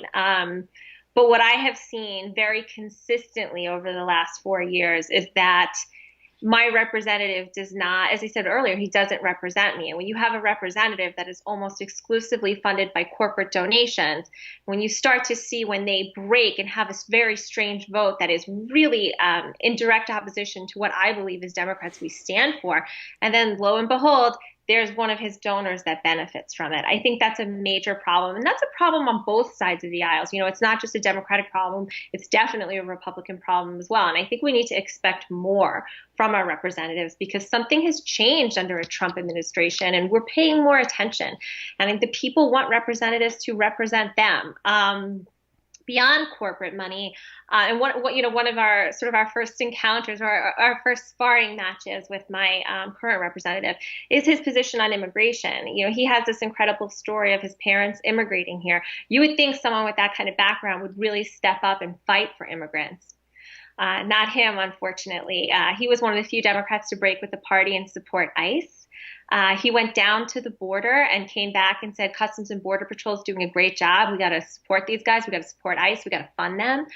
I went down to the border this past summer. I volunteered down there with a few friends. And I'll tell you, I had a very different reaction. And I was fortunate enough to be able to go to a shelter in Juarez and meet a lot of people who had either presented at the border and had been processed and detained and now were waiting for their asylum case. Some had told me about their journeys where they were waiting to present at the border, which would then they would get processed and detained and then get sent back. And they just had these incredible stories, you know, and I got to hold these little kids in my arms and I was heartbroken, you know, and the only thing I could do was tell them that they're not alone, that there are people fighting for them, that we love you. You know, we're all here. We're all in this together. And it was very moving and it was very heavy for me. And when I came back to New York, it kind of supercharged me and I wanted to fight for immigrant rights even harder. So it was really shocking to me how someone could go down and he had, you know, much more access than I did to the actual detention centers and how you could come back and support the horrors that are happening down there is very surprising. You know, shortly after that, you know, so I didn't mention my representative is the vice chair of the Problem Solvers Caucus, which I'm sure your audience knows, but I'll just give a brief overview. You know, theoretically, they're a bipartisan caucus, you know, designed to reach across the aisle. And I think most of us ideologically would say, hey, that's a great in theory. But I think under a Trump administration, if that's what you're a part of, one really has to question your motives and your intent. So this particular caucus was instrumental in that what I call a sham of a humanitarian aid bill that was passed just before 4th of July this year. And I'll just, again, give a quick overview of that. There was an initial House bill that had many protections for migrants put in it. Of course, when it got to the Senate, Mitch McConnell did his thing and he, you know, crossed out all of the protections and he increased funding for ICE. And it was a $4.5 billion bill. So taxpayers are paying this. And over half of the bill went to expanding shelters, not to humanitarian aid like representatives would have us believe. And his caucus was instrumental in telling Pelosi not to negotiate for these protections to be put back in after McConnell stripped them out. They told her, we won't vote for your bill. We're only going to vote for McConnell's bill. And why would anyone do that? I mean, and I spent a long time really clawing through the bills and understanding what was in them. And it's, to me, I just can't understand it. It turns out later on, when I questioned him on it, he later admitted that he didn't even read the bill. Oh, wow. Right. Wow. So, you know, I don't, like, your representatives have, you know, very intense schedules. I get it. Maybe if there's a bill for a ceremonial bill, you want to name a school a certain name and you have all the details and you want to vote for it. You don't want to read the whole bill because you don't have time. Okay. A $4.5 billion bill, you don't even read it? The bar is that low. And then, you know, of course, I'm obviously a woman. I have 3 children. And, you know, my representative did not speak out against Brett Kavanaugh. He has not spoken out about the abortion bans popping up all over the country. He has long supported the Hyde Amendment, which is an amendment that adversely affects, you know, women of color, women of low income, young women, and makes it nearly impossible for them to access abortion. So, you know, we can go on and on and on. But, you know, even the things that he votes relatively fine with, it's just like empty lip service. Like we need a representative. We live in a coastal community. Like we need a representative who's really fighting for a Green New Deal, not just kind of gets pushed in a corner and feels like he has to say he supports it. Build those alliances, build those coalitions. Like no one's got time for that. No one has time to wait around for these representatives to take up space only to represent themselves. Yeah, and as you describe this, like the only thing that comes to mind is this sounds like a Republican. Like, why not just switch parties at that point? Like, if you're siding with the Trump administration on something like immigration, I mean, for me, like, I just talked about a report on my show from AP that talked about how there were, what was it, almost 70,000 migrant children detained in 2019 alone by Trump's administration. Like, this shouldn't just be left to right. This should be a human thing that we all kind of read, and we have this visceral reaction to it because this is human suffering that we're causing. So for a Democrat of all people who should be, the loudest in speaking out, it doesn't make any sense. Yeah. Right. Particularly if you have an immigrant story, in as part of your history, your personal history. Right. I mean, like, I think, he's very clearly shown us that he's all about political expediency and not about political leadership.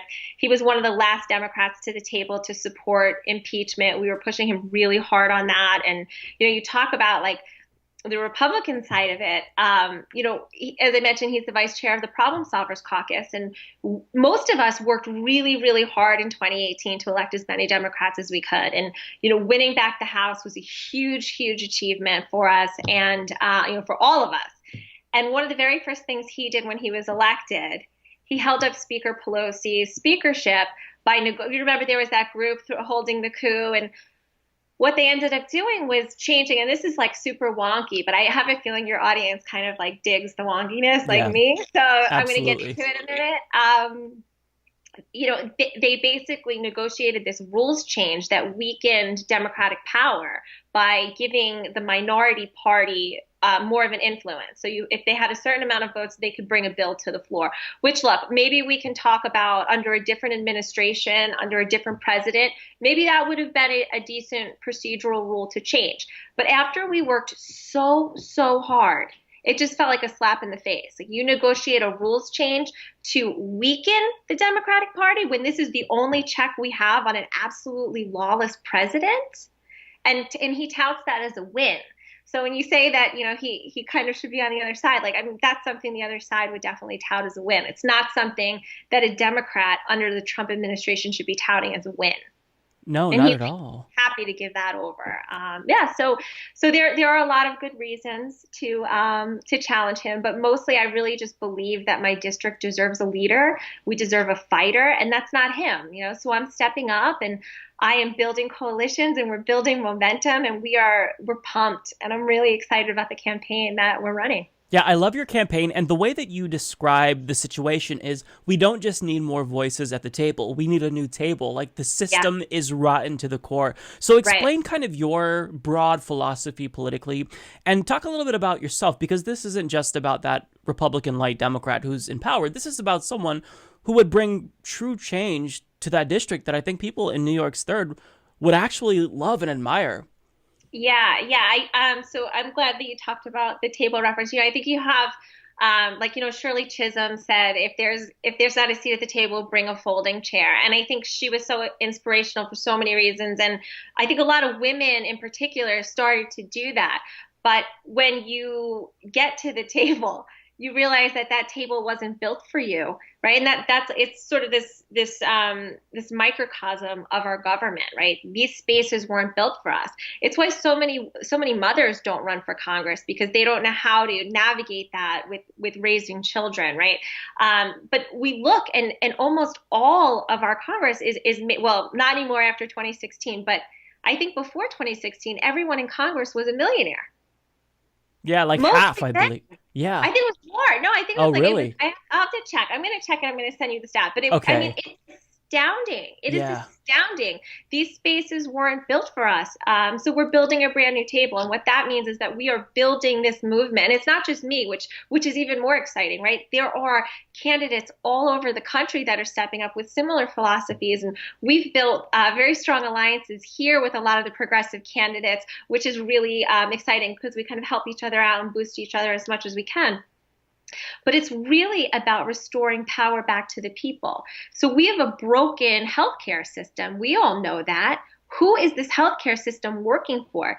This funny, I chuckle, this idea that people like their health insurance, like nobody likes that. Like, so half the time people don't even know who their carrier is. You know, that it's not the health insurance thing. Like, you may like your doctor, you may have a relationship with your doctor, but you don't like the health insurance industry.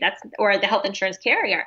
So, you know, I am a huge supporter of Medicare for All. I spent my career working, developing health improvement programs for patients, for clients, for families, for kids, and ultimately for organizations. And I saw that whole world, and I know what goes into it. And the truth of the matter is that healthcare costs are unsustainable. They're unsustainable for consumers. They're unsustainable for employers. And it's just insane that we live in a world where we think it's okay for senior citizens to ration their insulin, where 20-year-olds are starting GoFundMes because they can't afford their medication or their medical procedures. That's insane. So broken system, new table. We need to build something new. And right now, I think that is, I think it's Medicare for All. That to me makes sense. A Green New Deal. It's a completely different new system. It's a new way of thinking. Yes, we are through it. We are, we're essentially, getting rid of our fossil fuels. We're switching to 100% renewable energy. And that is very exciting. We need to do those things to save our planet. But to focus on frontline communities, we don't do that in America. For some reason, there are, and this has been done since the dawn of time, there's something within certain people, and I'm not going to specify which party does this more frequently, but your audience can probably guess. There's something within Americans, we're not even Americans, within people, that they want to kick people when they're down. They want to invest in kicking people more so they can stay down. And I just think that is so backwards. And we need to invest in lifting people up. And that's what this campaign is about. And so whether that is figuring out ways to fund public education in ways that make sense, funding, public colleges so people can get an education, which will ultimately lead to a thriving, more innovative country for us. Restoring rights, which shouldn't be something, it shouldn't be new. It shouldn't be innovative. But unfortunately, under a Trump presidency where he's rolled back and discriminated against so many marginalized communities, it's about creating a world of equity and equality. And it's really, it's returning government to the people. Yeah, absolutely, which is crucial. And you talk a lot about, big money in politics, the corporatization of, not just American politics, but the Democratic Party. So I'm curious, because you are all about basically reforming the Democratic Party. What would that look like, practically speaking? So let's say you get elected to Congress and Medicare for All comes up, and there's going to be, we'll say, like a really large portion of the party that is going to vote against it. How do you, as someone who would be kind of a target from leadership, because, I can't really foresee a situation where we get a progressive as a leader anytime soon. But right. What do you do? Because there's going to be pushback against you and members of the squad and progressives. They're going to try to marginalize you. How do you fight against that within the party? Yeah, I think it is about, firstly, I will say, I'm hopeful that 2020 will yield many progressive seats. Yes. And I think, the more we have people who want to lead because it's an intrinsic motivator, they want to lead for the people, stepping up and running for office. And the more we get in office, the stronger we become as a coalition, right? Because there are power in numbers for sure. But I think that we have to get a little vocal and we have to get a little loud.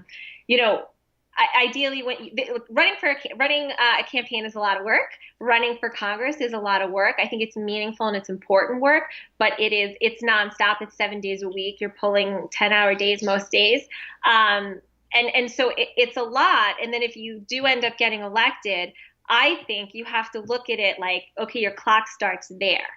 Of course, it would be great if you got reelected and you can continue to do the work that you're doing. But I think what happens is too many people get to Congress and they say, oh, how do I stay here? And I think it's the wrong approach. I think we need to win seats and then say, what can I change here? And you have that. You have your time, right? You have 2 years to make as much change as you can. And it's building coalitions. It's trying to get through to the other side.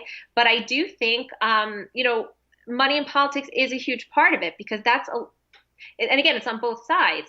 So a lot of the Democratic Party takes a lot of money, and they don't want to vote against it. They're big donors from the insurance industry, medical suppliers, pharmaceuticals.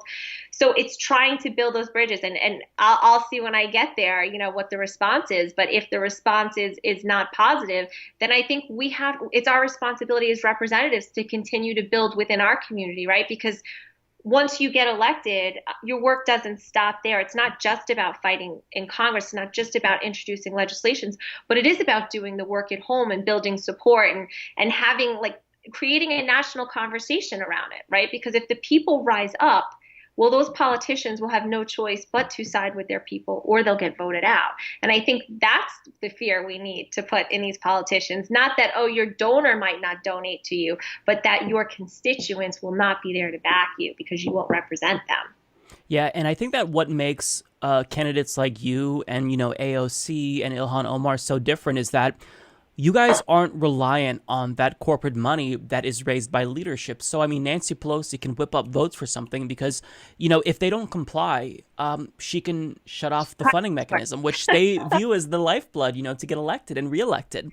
Right. So you guys don't have to worry about that because this is a grassroots campaign. You don't take money from large multinational corporations. This is a people-powered movement. So that in and of itself, even if we can't get 50+1% of progressives like you in Congress, just having a really large bloc that's vocal, I truly believe that can actually make a difference. So let's say, hypothetically speaking, the 2020 election is pretty successful and we broaden the squad and we have 35 members of the squad now, very bold, vocal, progressive people in Congress. What do you think can actually be achieved in the event we get a Democratic White House? Just with that squad, do you think that is actually enough to get policies like Medicare For All through? If it's 35 members, is that big enough? Listen, I think you look at the impact that Representative, I have to give her the respect, Representative Ocasio-Cortez, right? Yes. Look at what just that one person has been able to do. Look at how she's changed the dialogue. It's incredible. I think, and it really depends on who the president becomes, right? I think if we have Bernie Sanders presidency, well then we're going to get that passed. But if for some reason the world goes crazy and we have more of a moderate Democrat in the White House, I think then it's incumbent on the progressives to really push for it and represent it. And one thing, I'm sorry, I meant to mention when you asked me about, building that leadership and we talk about the corporate money. I'm not sure if you're aware, but I recently issued my first policy, which was around getting corporate money out of politics. Right? We know that Citizens United has been so detrimental, for our country, and I think, and it's going to be really, really hard to overturn that. And there, we can. There's all different kinds of theories and ways to do it, but I think it's about thinking outside the box and really holding our politicians accountable for what they are doing, because I think most people are not aware of just how much cash, how much money corporations and dark money are really filtering through politics. So I launched the Paid By Act, and I'm happy to say that several of my progressive, hopefully future colleagues in New York have, signed on to the policy, and now many around the country have. And essentially the Paid By Act is politician accountability. Oh, give me one sec. Politician accountability information disclosures benefiting you. So paid by, and essentially what it does is it would require a politician to disclose when they take a vote, like a major vote. It would require them to disclose how much money they took from a competing industry. So like you see like a Pete Buttigieg who's sort of done this flip-flop where he supported Medicare For All, and now it's like this Medicare For All who wanted public option, whatever. He's spinning. But he has, taken a lot of money from, insurance, medical industry. So he would have to disclose that. And I think it's important for, for Americans, for constituents to see that and understand that, because that context is just, it's paramount to understanding if your representative represents you or represents the people. Yeah, absolutely. And I love that there are so many people running for Congress who are already proposing legislation. Like, that really shows you that people who are running are hungry. And this is like this new class of people who lots of which will hopefully get elected in 2020. It's so, like, it makes me optimistic. Like, I always joke about how cynical I am and how, you know, my heart it has shrunken and it's growing a little bit. But, you know, it does give me hope to see so many people running with fresh ideas who actually care about policy, and they're not going to get in and become complacent and just worry about, you know, getting reelected. Because if you have that short-sighted way of thinking, then you're not going to represent the people. You're just going to think about what you can do that's politically expedient that will lead to you getting reelected, and then you just become like the rest of the corporate Democrats and do nothing. So it's so nice to see people like you come to the table with fresh ideas. So at this point, I know everyone who's watching is going to be on board with you. So tell us what we can do to help you and how we can get involved and how we can support your campaign. Thank you. Thank you for mentioning that. And, you know, our campaign is big enough for everybody. But as I said, we are running a grassroots campaign. So donations are so important. Even small donations are very important because it's really what's sustaining us. So if you can donate, you can go to DirigoForCongress.com. Also follow us on Twitter at Dirigo Melanie. We're a little sassy on Twitter, so if you like the sass, come on in. And we're Dirigo for Congress on Facebook and Instagram as well, so follow along. But also important is to share out the information with your friends. If you like an idea, if you like a policy that I'm talking about, or that a new policy, because we'll be rolling out some new ones as well, please share them. Please tell your friends. I think I know your audience is super engaged and it's so important, but a lot of people are coming to politics for the first time, really, right? And so sending out a message, whether it's a text message or an email to your friends and saying, hey, this is a great candidate, why don't you consider donating? I know there are a lot of people that think, oh, well, I don't have money to donate. I don't have $100. I don't have $200. I don't have $500, $1,000, whatever they think in their head. But you know what? $5 donation, $10 donation, $20 donation, they all add up. And if we think about if we got everyone to just donate $5, we would all be running very successful campaigns. So every little bit truly does help, and it's so meaningful for grassroots campaigns. Yeah, and think about this. Like, in the event we get, let's say, 5,000 people watch this. If all 5,000 people donated $5, think of the difference that would make. Right. She would be unstoppable, and you're already unstoppable, but I mean, you'd be even more unstoppable. So Melanie, thank you so much for coming on the program. Thank you so much for running for Congress. I know this is a tremendous, amount of self-sacrifice that I would never be up to doing. So thank you for having the guts to run. Maybe one day. Maybe one day. I never thought I'd be running for Congress either. I never, ever would have guessed in my wildest dreams that this would be my path. But you never know. Some certain things happen in life that ignite you. And, we're fighting hard, and, we're really excited. And I'm so, so thankful and humbled that you invited me on your show. I really appreciate it. Well, I'm excited to have you on, everyone. It's DirigoForCongress.com. Please donate, chip in a buck or two. Anything helps. And most importantly, if you're in that 3rd District of New York, get involved, volunteer, knock on some doors for Melanie, because that makes all the difference in a race when she is going to go up against a political behemoth who probably has hundreds of thousands, if not millions of dollars. So, Melanie, thank you so much for coming on. Yeah. Thank you so much, Melanie. Thank you so much. Well, that's all that I've got for you guys today. Thank you so much for tuning in. As usual, we're not going to stop the show without thanking the people who make the show possible. That is our Patreon patrons, our YouTube members, along with our PayPal contributors. Thank you all so much. Even one-time contributions. You guys are absolutely phenomenal. Memberships are great, but the people who just submit a donation here and there, thank you all so much for helping us. It truly means the world to me. So that's it. I have nothing left to say, so we'll go ahead and leave that there. Thank you so much to my guest, Melanie Dirigo. I'll see you all next week. I'm Mike Figueredo. This is the Humanist Report. Thank you all so much. Take care. Mike is the worst progressive on YouTube. Please don't subscribe to him or become a patron. David Dole is so much better. Trust me, folks, he's doing a great job. He really is, okay?